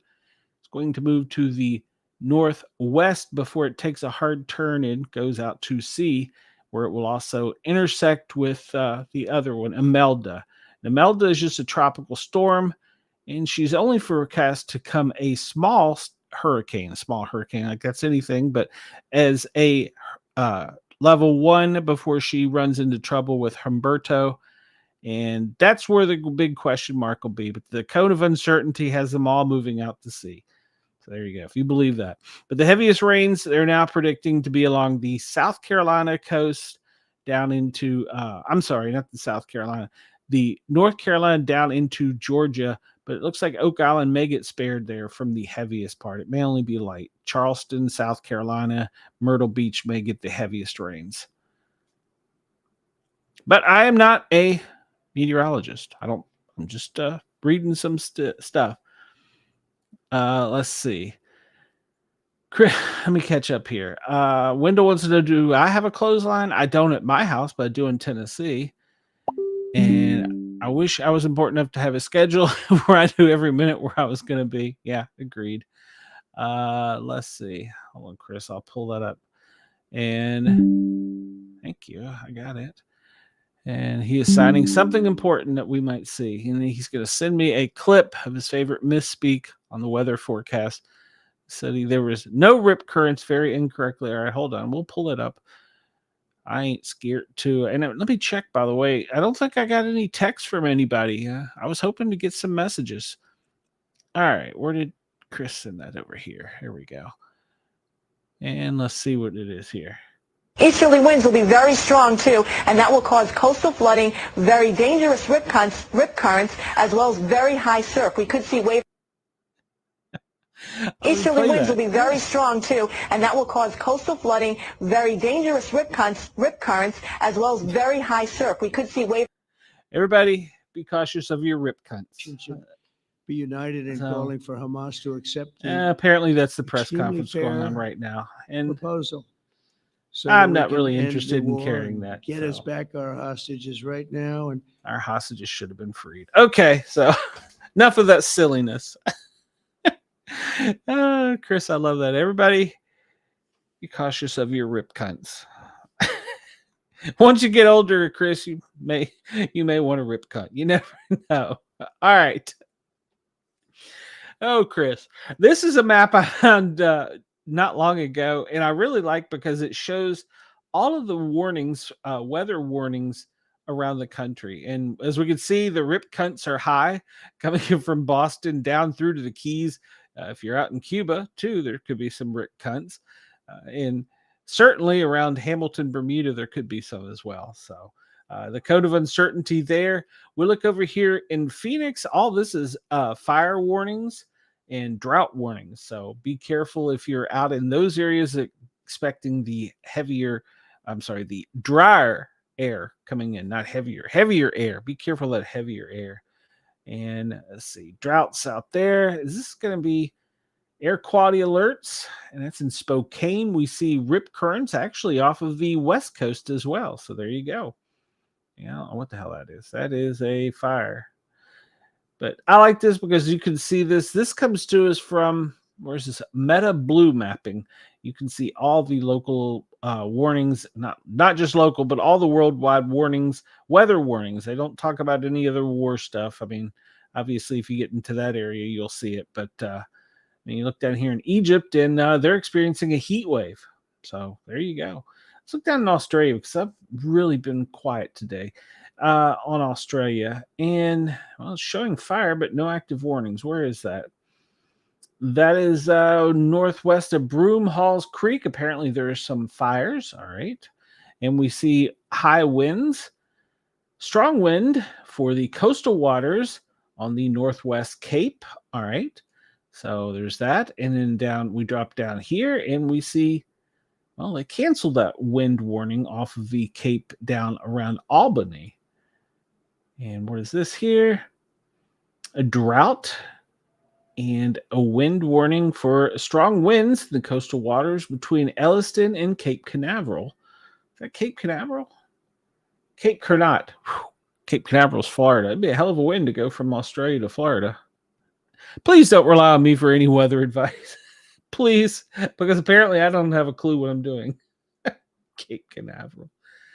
There was a typhoon up in the Middle East that was causing some severe damage and some deaths from the typhoon that come inland into Tokyo. Oh, I'm sorry, into Vietnam and Asia. So I'm just going to stop. We're going to stop talking about weather because apparently I'm just going to fuck it all up. Didn't I tell you all that this was going to be one of those days? I'm coming back in. I'm still getting a little bit trying to figure out what the hell I'm doing. I don't know what the hell I'm doing. So there you go. We'll look at the current temperatures in the United States. Let's see. Currently, well, it looks like New Orleans is the highest at 88. 87 in Memphis. Those are the highest recorded or highest temperatures. Washington, well, it's currently about 76. Your high is going to be 77. Cloudy skies. Jump up to Boston. You can anticipate it being a low of 59. Cloudy with a high of 76. We jump down here to the Carolina coast and we see, well, they're going to experience some rain, but it's going to be in the high 70s, low 80s. Jump down to Charleston. Heavy rains, a high of 75. Our friends down in Key West, well, what is it down in Key West? Let's see. Well, currently it's 84. That's your high for today. Sunny for the next few days. I want to go back to Key West. Let's see. We have the storms here moving up into the east. Bermuda, well, Bermuda's in the path, and there's some possibility of some severe weather for our listeners in Bermuda. So be paying attention in Bermuda to the hurricane conditions. Let's jump down to Australia. And, well, I just screwed up everything. What the hell did I just do? 64 currently in Cairns. I had this written down once before. Your high is 85 today, 85 degrees and sunny. Darwin, well, you're looking at a high of about 91. Whew, it's going to be a hot one for you. Port Hedland, you could anticipate high of 90 today. Learn to talk. 90 degrees today. Why is it people listen to me again? I'm still trying to figure this out myself. I don't know. Perth,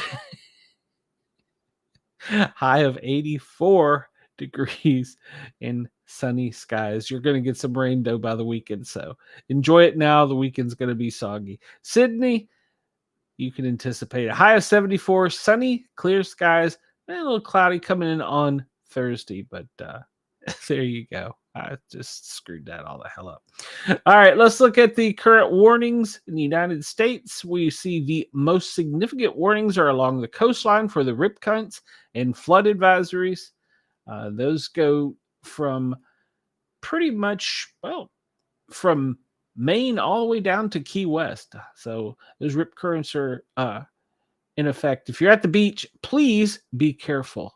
You should know if you go to the beach. If you frequently go to the beach, you should know how to. You can't escape. You can avoid a rip current, and you should know what to do if you get caught in one. So if you go to the beach, be weather aware. We'll go to our friends at weatherwarn.com. And what do we have? A test message from Montgomery County. And Chris says, we listen because you have the stones to play ridiculous rip current videos to soothe my immaturity. I'm with you. I love my Australian listeners. I appreciate every one of them, but I question my sanity daily and as to why the hell they want to listen to me. But hey, I appreciate you. I love you. Special weather statement in Colorado. Well, what do you bet it's going to be? The snow. Doppler radar. Nope, it's a throng. It's a throng storm. Maybe I should drink before I go on the air. Maybe that was my dad's success story. He drank before he went on the air. I don't know. Small craft advisories, marine warnings, wind advisories out on the West Coast, Klamath County in Oregon, and Saskatchewan in California, high winds. So the winds are going to be high. We have high beach surf advisories in Virginia Beach. Actually, it's in Virginia and Maryland, North Carolina. Multiple small craft advisories and gale warnings, all those. New Mexico, you have a flood warning from a excessive rainfall possible today in central New Mexico. So we talked about Arizona having the floods there recently. All right, so let's scan through real quick, and I don't see any life-threatening ones because we're running out of time here. The coastal flood warnings, yeah, that's going to be a problem. Let's look at where the lightning is right now. The actual storms, let's look at where they are right now. That will give us a better idea of what the hell we're talking about. So we see that, Denver, you do have that strong cell out by you that is producing some electrical activity. No, I don't. What? Go away. When did this start? When did that become a thing? Now it's going to play some stupid commercial. I'm just going to talk to myself. Albuquerque, you have a pretty decent storm west of Metro Albuquerque out there. Keep an eye on that. That's going to be moving to the east. And we jump over here to the East Coast, and we see there's really not much electrical activity associated with this storm. There's some slight activity down in Wilmington. Myrtle Beach, maybe. I wouldn't be in the beach right now if I was you on Myrtle Beach. Bermuda, you're about to get some stormy conditions and electrical activity. Cuba, Mexico, those areas are all getting from the thunderstorms from the hurricane or tropical storm. It's not a hurricane yet, down off of the Atlantic coast. And let's jump down to our friends in Australia. Oh, there's a pretty good sized storm right there in Australia. Well, I say that and I don't know where the hell it is. It's around Goiter's Lagoon. All right, there you go. So there's a strong cell in Goiter's Lagoon, just north of Adelaide. I'm sure somebody will at me and tell me I pronounced it wrong. That's where the most intense storm for you in Australia is currently at the moment. Chris says only dinosaurs should risk being on the shores near hurricanes. You know what, Chris? Just for fun, I should pull that up. I really should. There's probably nothing going on down there, though. All right, the heat risk for today in the U.S. Well, Illinois is right up there by you, Chris. Is going to be where it's code orange. Indiana, Illinois, Chicago, down almost to St. Louis. It's code orange. Moderate heat today, so be prepared if you are in the Dakotas as well. Code orange. And of course, Florida is always a code orange for heat today. So summer's not quite over yet to those areas. So there is a cool down coming, but it's not quite upon us yet. So pushed on. Hey, you were supposed to come on and join me some there, Brenda. But you never wake up in time. All right, so let me update this real quick to make sure it's accurate, that there's no tsunami warnings, watches, or threats. Still spinning, which tells me the government doesn't have a clue what they're doing. So no, there isn't one. Denise says, Glenn, I'm so glad you're still doing this live. Thank you. Thank you, Denise. It's a struggle some days. I'll be quite honest. It's a struggle. All right, so there's no tsunami warnings, advisory, watches, or threats currently. And let's bring this up to date here and bring up the most recent. I'm going to update this to make sure that we have the most recent in the last 24 hours earthquakes. Make the screen bigger, so we'll zoom out. And we see Australia, you haven't had any ground shaking. We go over here to the United States in the last 24 hours. Only shaking's been Brenda falling out of her bed. So there's not been anything in the United States. So that's good news. All right, I'm skimming through this. Volcanic warnings for Wendell. Well, the Great Sitkins is a code orange for the next 24 hours. And we see in Shishladaden, just at me, Chris. Just go ahead and at me. It's a code yellow. Kilauea is a code orange as well. I just don't understand. I don't know. I have no clue. This is like a radio show out of control. Let's see. Catch up on the chat. I don't know if Brenda wants it, but we'll put it out there. Brenda did her labs today and had to go to the post office and fix her mail. Well, that's important. Thanks for updating us on all your chores. So, Brenda, you are more than welcome to join me anytime you want. Denise says she fell out of bed. The bed collapsed. Denise, well, are you okay? Did you hurt anything? I worry about you. Brenda, not so much. So, all right. So we talked about earthquakes. I want to get away from some of this. Let's go here. This will give us a nice soothing break. If you're watching this on the YouTube, you see our AI globe. It's round, Brenda. And you see all the winds, and we see primarily off of the East Coast. We see the the tropical storm and the hurricane out there is where it's the windiest. Coming out of the Gulf up through the Northeast, it's really not a very windy day. Now, if you're in the Rockies, back over towards the Pacific, you got some coastal wind coming in and wind off of the Rockies. So jump down to Australia and see what it looks like down there. Sorry, guys, I really have just not organized my first day back as I thought I was. So it looks like in Australia, most of your winds will be coming out of the southwest and going to the west. And so it's going to be a pretty windy day on the continent today. So if you want to go out and fly a kite, that's my weather advice for today. I have no idea what I'm doing. We're code yellow, which is minor for space conditions.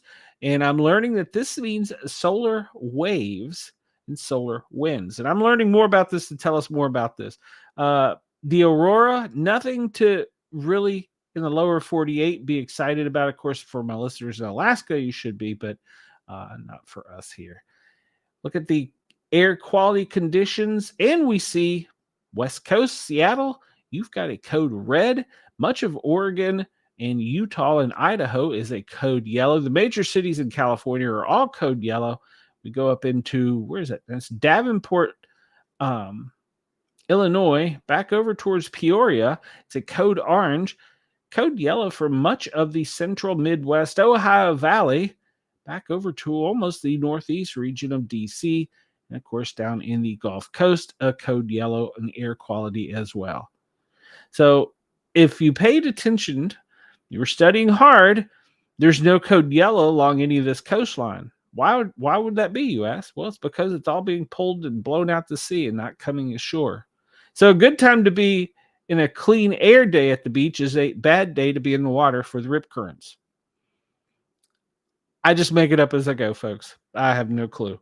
And I know if the management of Radio X is listening, they're like, what in the hell did we get this guy on for? But hey, it is what it is.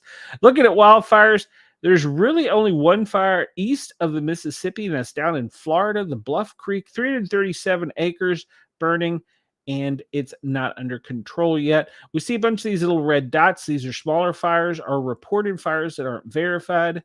Right now, currently, most of the fires are up in Idaho and Washington, Oregon, a few down along the Fresno Bay, and of course, back over into the east of Nevada, there's several fires as well that they're keeping an eye on. Canada, you are still burning. I'm sorry to tell you that.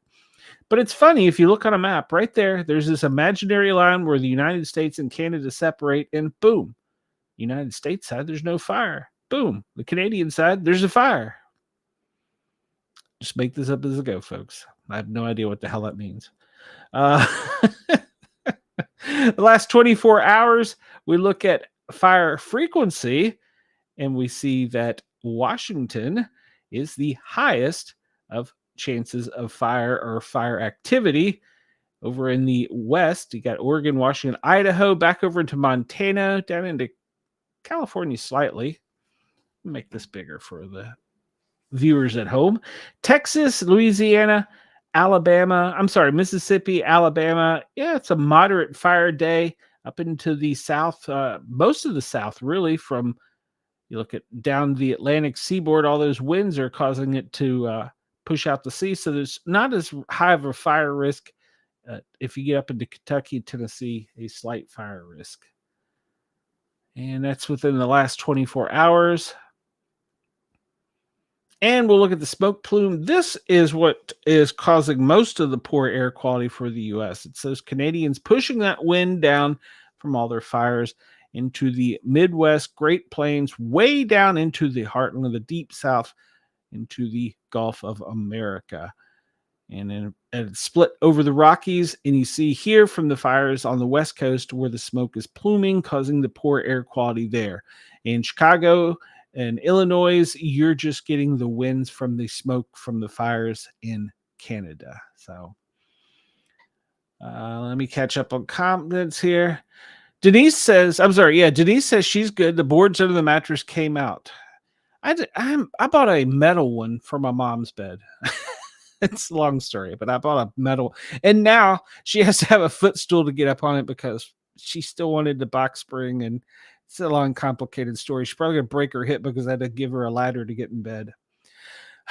Not to chalk here. See, Canada may need conditioned education on lint trap management. You're correct, Chris. You were correct.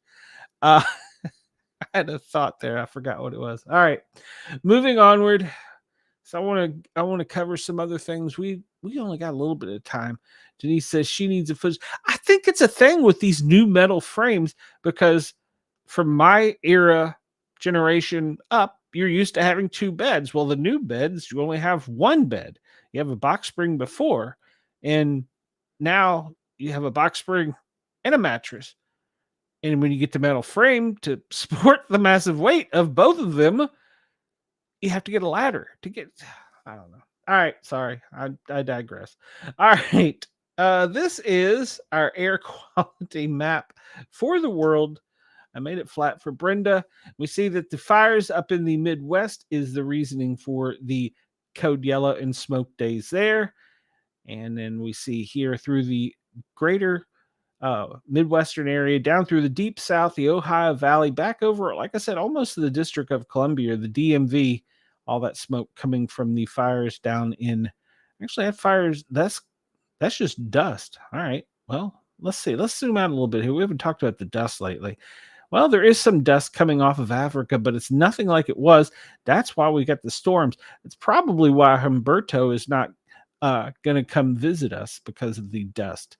Let's hope that's the case. All right, let's move on from this one. Go away. And let's see. We talked about the storms. Let's get into, because we only got, really only got a few minutes left. Let's see. We haven't talked that in a while. We haven't talked about that in a while. But this was what I really wanted to talk about. And yeah, that's fine. Let's make this. This is if you were to look from space and see all of the aircraft up in the sky currently over our head. Well, let's just change this, and boom, we'll get it into military aircraft. And talking about what's going on there in Quantico, well, look at all the planes. They're coming in soon. They're probably coming out of is that LaGuardia? Yeah, they're coming in. They're all coming down here down off the coast. I was also going to talk about, let's zoom out a bit. I don't think we're going to be able to capture it, but there has been a lot of activity. This is just hauling equipment, but there's been a lot of tanker activity going back and forth over the Atlantic between us and Europe, and that is causing some in the conspiracy theory world to say that we're moving assets to prepare for something about to happen. I have no idea if that's true or not, but there you know, you just can look and see. This is all open source information. By the way, I'm not giving out any information to the bad guys that they can't find from open source. So there you go. There's a tanker off of the coastline. So where there's a tanker, you can assume there's at least 30 aircraft of some kind. And I was watching a video earlier, and they could also, of course, refuel helicopters. There was a medical mission where they had to fly 3 military helicopters and a tanker to rescue a person off of rescue an American citizen who was sick off of a container ship out in international waters. It was further out than the Coast Guard could go. So the military went, and it was quite the operation. It was very impressive to watch. So the United Kingdom, well, they just flew over us. That's funny. The United Kingdom, their C-17, well, it come from way up here in Dover, Delaware, flew down, and well, it's headed south. I don't know where it's headed. And let's see. And there's another tanker. What I mean, do we have any P8s? I assume we somewhere probably going to see a P8. No? Nothing? And there's a trainer flight. Well, I've actually learned that these may be, these are showing up as trainer flights, but they could also be one of our new military assets that we have, which is a Beechcraft. And they're using it for homeland things because it can fly longer, lower, and it can also be equipped with weaponry. So it's kind of interesting. It's almost like a little dust cropper if you look at it. So I've learned that some of this could be the Air Force training them. So they pop up. Usually they won't show up as a trainer flight, but they could show up as a drone as well. But yeah, I learned that they're learning to fly them, the new missions from Homeland. So it's kind of interesting. And there's probably a dignitary coming out of DC going further south. And let's see, another trainer flight. Yeah, these are probably, it says it's a T-38. These may be the new ones that are coming in that we're putting in service and we're training. And that's just a Black Hawk out doing some training. All right, so don't see any P-8s along the coastline. Lots of helicopter activity. Training down in the Gulf of Mexico. Nothing unusual there. That you see quite frequently. Okay, there you go. P-8 just popped up on the radar. Looks like it come out of Warner Robins down in Macon, Georgia, and it's headed down towards the Gulf. So we do have a P-8 up. They're going to be doing some training. We know that the P-8s like to look for what? They like to look for submarines. So, and there's a Air Force container or training. It's a big plane. Jesus Christ. I don't see any P-8s off of the West Coast, which is good. Let's jump up to Alaska, see if we see anything up there, because we know that there have been some issues here recently with Russia deciding to test our air radius, where they can't fly. Test our airspace. Good Lord. What the hell am I talking about? I don't even know what the hell I'm talking about. Denise, did you check and see if your friend's fire made it to the New England fire net? So it could have. And let's see here. Chris says, I never dust my house just to keep hurricanes away. You know, I had never thought of it that way, Chris. And she says, look at all those planes. No wonder they are. Well, yeah, that's up to you, Denise. All right. I'm going to bring this up. This is from the FAA. And we see the normal one here for Washington, D.C. They're going to extend this down, and this is going to be a bigger no-fly zone off of the southwestern section of Washington, D.C. They're already starting to open it up. No-fly zones, we know that's because all those people coming in that are important dignitaries. So we know that. And down here in Orlando, off of Jacksonville coast, that's probably for space. Well, this is Cape Canaveral Air Force, National Security, Brevard County. So they have a no-fly zone down there. This is probably going to be over in Florida due to the fire, if I had to guess. So looking for any unusual no-fly zones. And they just pop up randomly, so you have to be paying attention to the map. It's kind of like looking at FlightAware to figure out what plane is going where and what. You have to pay close attention. Now, there's some interesting ones down along the border that got put up. White Sands, and it's in a straight line, so I'm going to guess since it's out of White Sands, that, well, it could be a big boomstick. And just going along there. Okay, I don't see anything too out of the ordinary. We anticipated all of this down here around Washington, D.C. And, of course, this map shows it up even more. All right, so this is showing the secondary, well, actually it's not secondary, so like third and fourth areas they're now moving in. I guess the other one hadn't updated. So pretty much all of the Chesapeake Bay region, even down off of the coast of Maryland and Virginia into the coastal waters. So they're extending that to no-fly zones. You see these blue, or maybe they're turquoise boxes. These are special use mission areas.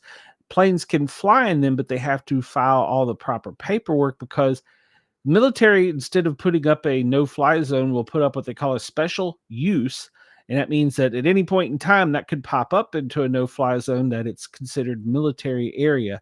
You see, this goes to almost about 100 miles off the coastline down into the Gulf as well. You see that they keep those areas reserved where they have rights, higher rights. This here down off of Florida, special use area, we know that's known as Mar-a-Lago. So that's why that is there.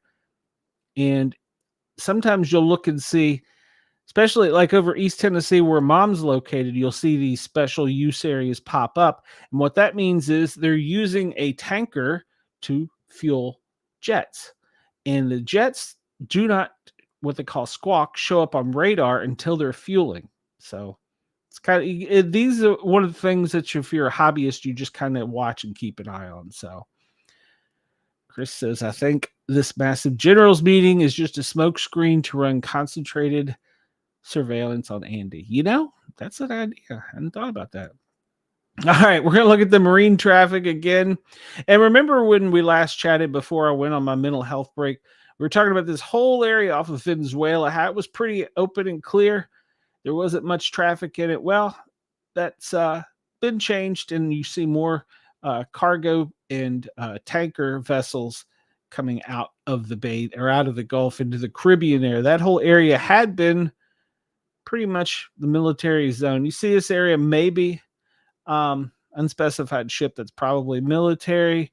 It's probably military, but you see all this down here, and this whole area had been cleared out, but they're allowing the marine vessels to travel more now. And we had this coming in, breaking when I left. Let me see if I can find it. Hold on. I always have trouble with this map with all the ships on it, but they had a vessel attacked. Take that off screen. They had a vessel attacked off of the coastline of Israel. Where the heck is that? Down here. Okay, so this little area down here, they had a ship supposedly have some missiles fired upon it. You see that whole little area there? That's the area that they're worried about so much keeping open for our commerce, because apparently without that area being open to the seas, basically, that can cause problems with disrupt our service line coming out of there. And it's a real tight area. Did I pick the right place? Well, at any rate, you know what I'm talking about. We'll take it real quick and see. Whoo, look at all those balloons up. Look at that. This whole area. Look, well, we anticipated this one here over coming out of Washington, D.C. That one's not a surprise. But, wow, look at all those surveillance or weather balloons. If you're looking at my screen, you see the air quotes. Wow. The areas in blue represent the areas that they could potentially be hearing things. Just think about that. It looks like almost 90% of the country right now is under some type of balloon flight. Interesting. All right. We'll zoom over here to UK and see, well, look at that. Look at that one out of Germany. That one's a real high flyer. Does it tell us how high it is? It tells us the temperature and the frequency, but does it tell us the height? And some way it should tell us the height. Good Lord. Look at the area that thing has. That is huge. What is the height? Why is it not telling me the height? The altitude. Okay, well, at any rate, it must be pretty high to be getting that kind of signal out. So, and boom, it disappeared. How about that? Just disappeared. Maybe it landed. We'll go with that. It landed. All right. Let's see. We had a police officer line of duty death, Scott Hyman. That was yesterday. I'm not sure which department he is with. And then, of course, the last time we talked, we had the 3 police officer line of duty deaths from Pennsylvania.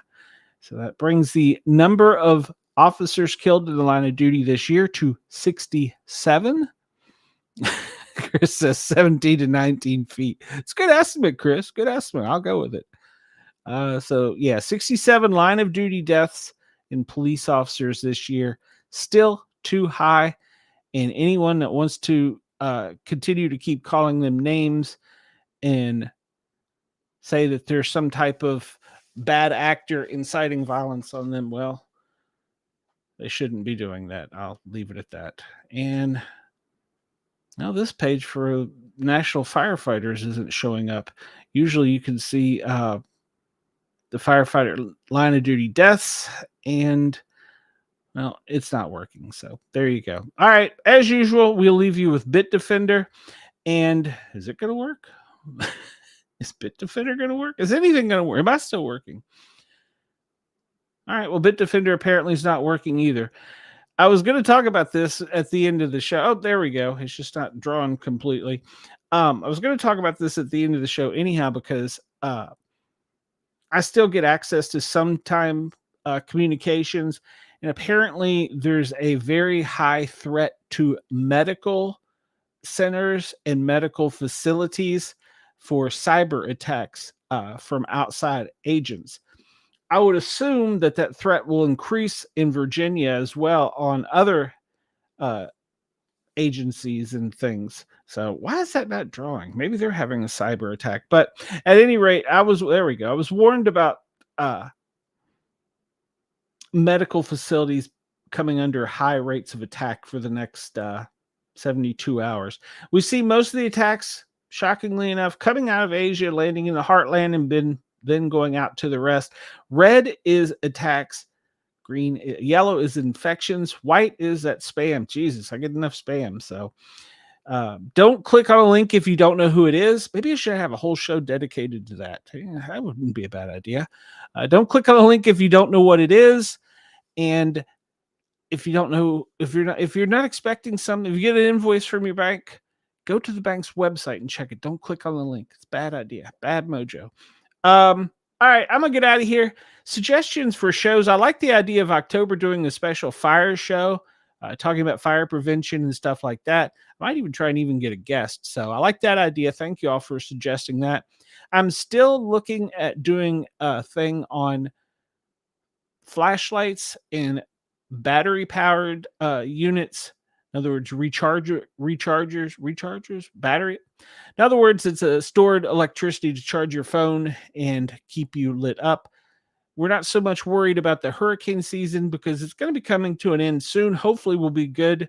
The thunderstorm season as well. But the next one we have to be concerned about in the United States is the winter weather. And that can cause a problem, and you can lose power due to the rain and ice on the limbs, causing them to be overweighted. They're dead and they'll fall, take down power lines, stuff like that. So I'm trying to get together a show about that. If anyone's interested, just leave a comment. It really helps if you go on the show. And of course, I beg of you to hit the thumbs up button. It helps to subscribe. Go to the Sportcat shows on YouTube. I know you can find this on the Joker and Asylum page. You can find it on my personal page, but we're trying to get monetized. So come over to the Sportcat shows and subscribe. Hit that notification bell. It also helps us get into the system more if after the show you go in and post a comment. It can be a simple, hey, great show, or show sucked, your opinion, whatever. It helps get us out into the algorithm. I'm finding that YouTube is pushing me down again, and I can't explain why. I've got some ideas, but I can't explain why. So at any rate, I'm trying to fight that and get monetized. If anyone is interested, I will be trying to put together that show on flashlights, specifically small handheld, something you can carry in your pocket. I can't do a show on anything sharp and pointy, but I can point you in directions of some cool little things if you want to keep a pocket tool with you. So I can't do a show on that, but I can do a show on the flashlights. Anybody wants to support that, let me know. I usually put in the show notes the links to either my PayPal, something you can send me, or if you want to just buy me Mountain Dew, even though the doctor's telling me I can't have Mountain Dew anymore. Yeah, we didn't even go into that with my personal life, so not that anybody cared, but yeah. They're trying to take my Mountain Dews. Yeah. Brenda says, love you, Clint. I'll try to see if I can find some people to come over here. Well, Brenda, you should also wake up early enough in the day to where you come on here during the last part of the day. So Wendell says, don't go to the Big Brother show. Wendell, it's over. You're too late. You missed it. We have a winner. A winner was crowned last night. So you missed it, Wendell. And a winner we were not surprising. A winner we will love, and she will probably be considered an icon for the way she won the game. So all right, I'm going to get out of here unless anybody's got anybody else. I love my chat. If you're listening and allowing us to tickle your ears on Yerg's Radio and any of the Yerg's Radio affiliates or Radio X, Dare Talk Radio in Australia, I love you. I appreciate your support. You could really help me out a little bit more by going over to the YouTubes, finding the Sportcat shows, the channel show, and subscribing. Of course, I welcome any and all comments. You can always look in the show notes and find out how to email me, send me a voice message like speakpipe.com /Sportcat. You can do that, or I put up the way of texting me if you want to text it. Yes, it is a phone number, an American number. No, you will not get an answer if you call it because it doesn't go to a real phone. So there you go. All right. Brenda says she'll join me when she feels better. Well, Brenda, you'll feel better just by being here. Everybody have a great day. Love y'all. Appreciate all your support. Thank you. Denise is a moderator in my chat. I appreciate that as well. Everybody have a great day. I will see you tomorrow. Same time, same place. And then we'll be getting ready for our Wednesday show. Great lineup on that. I'll tell you more about that later. There you go. There's a teaser. Sportcat, well, I'm getting the hell out of here.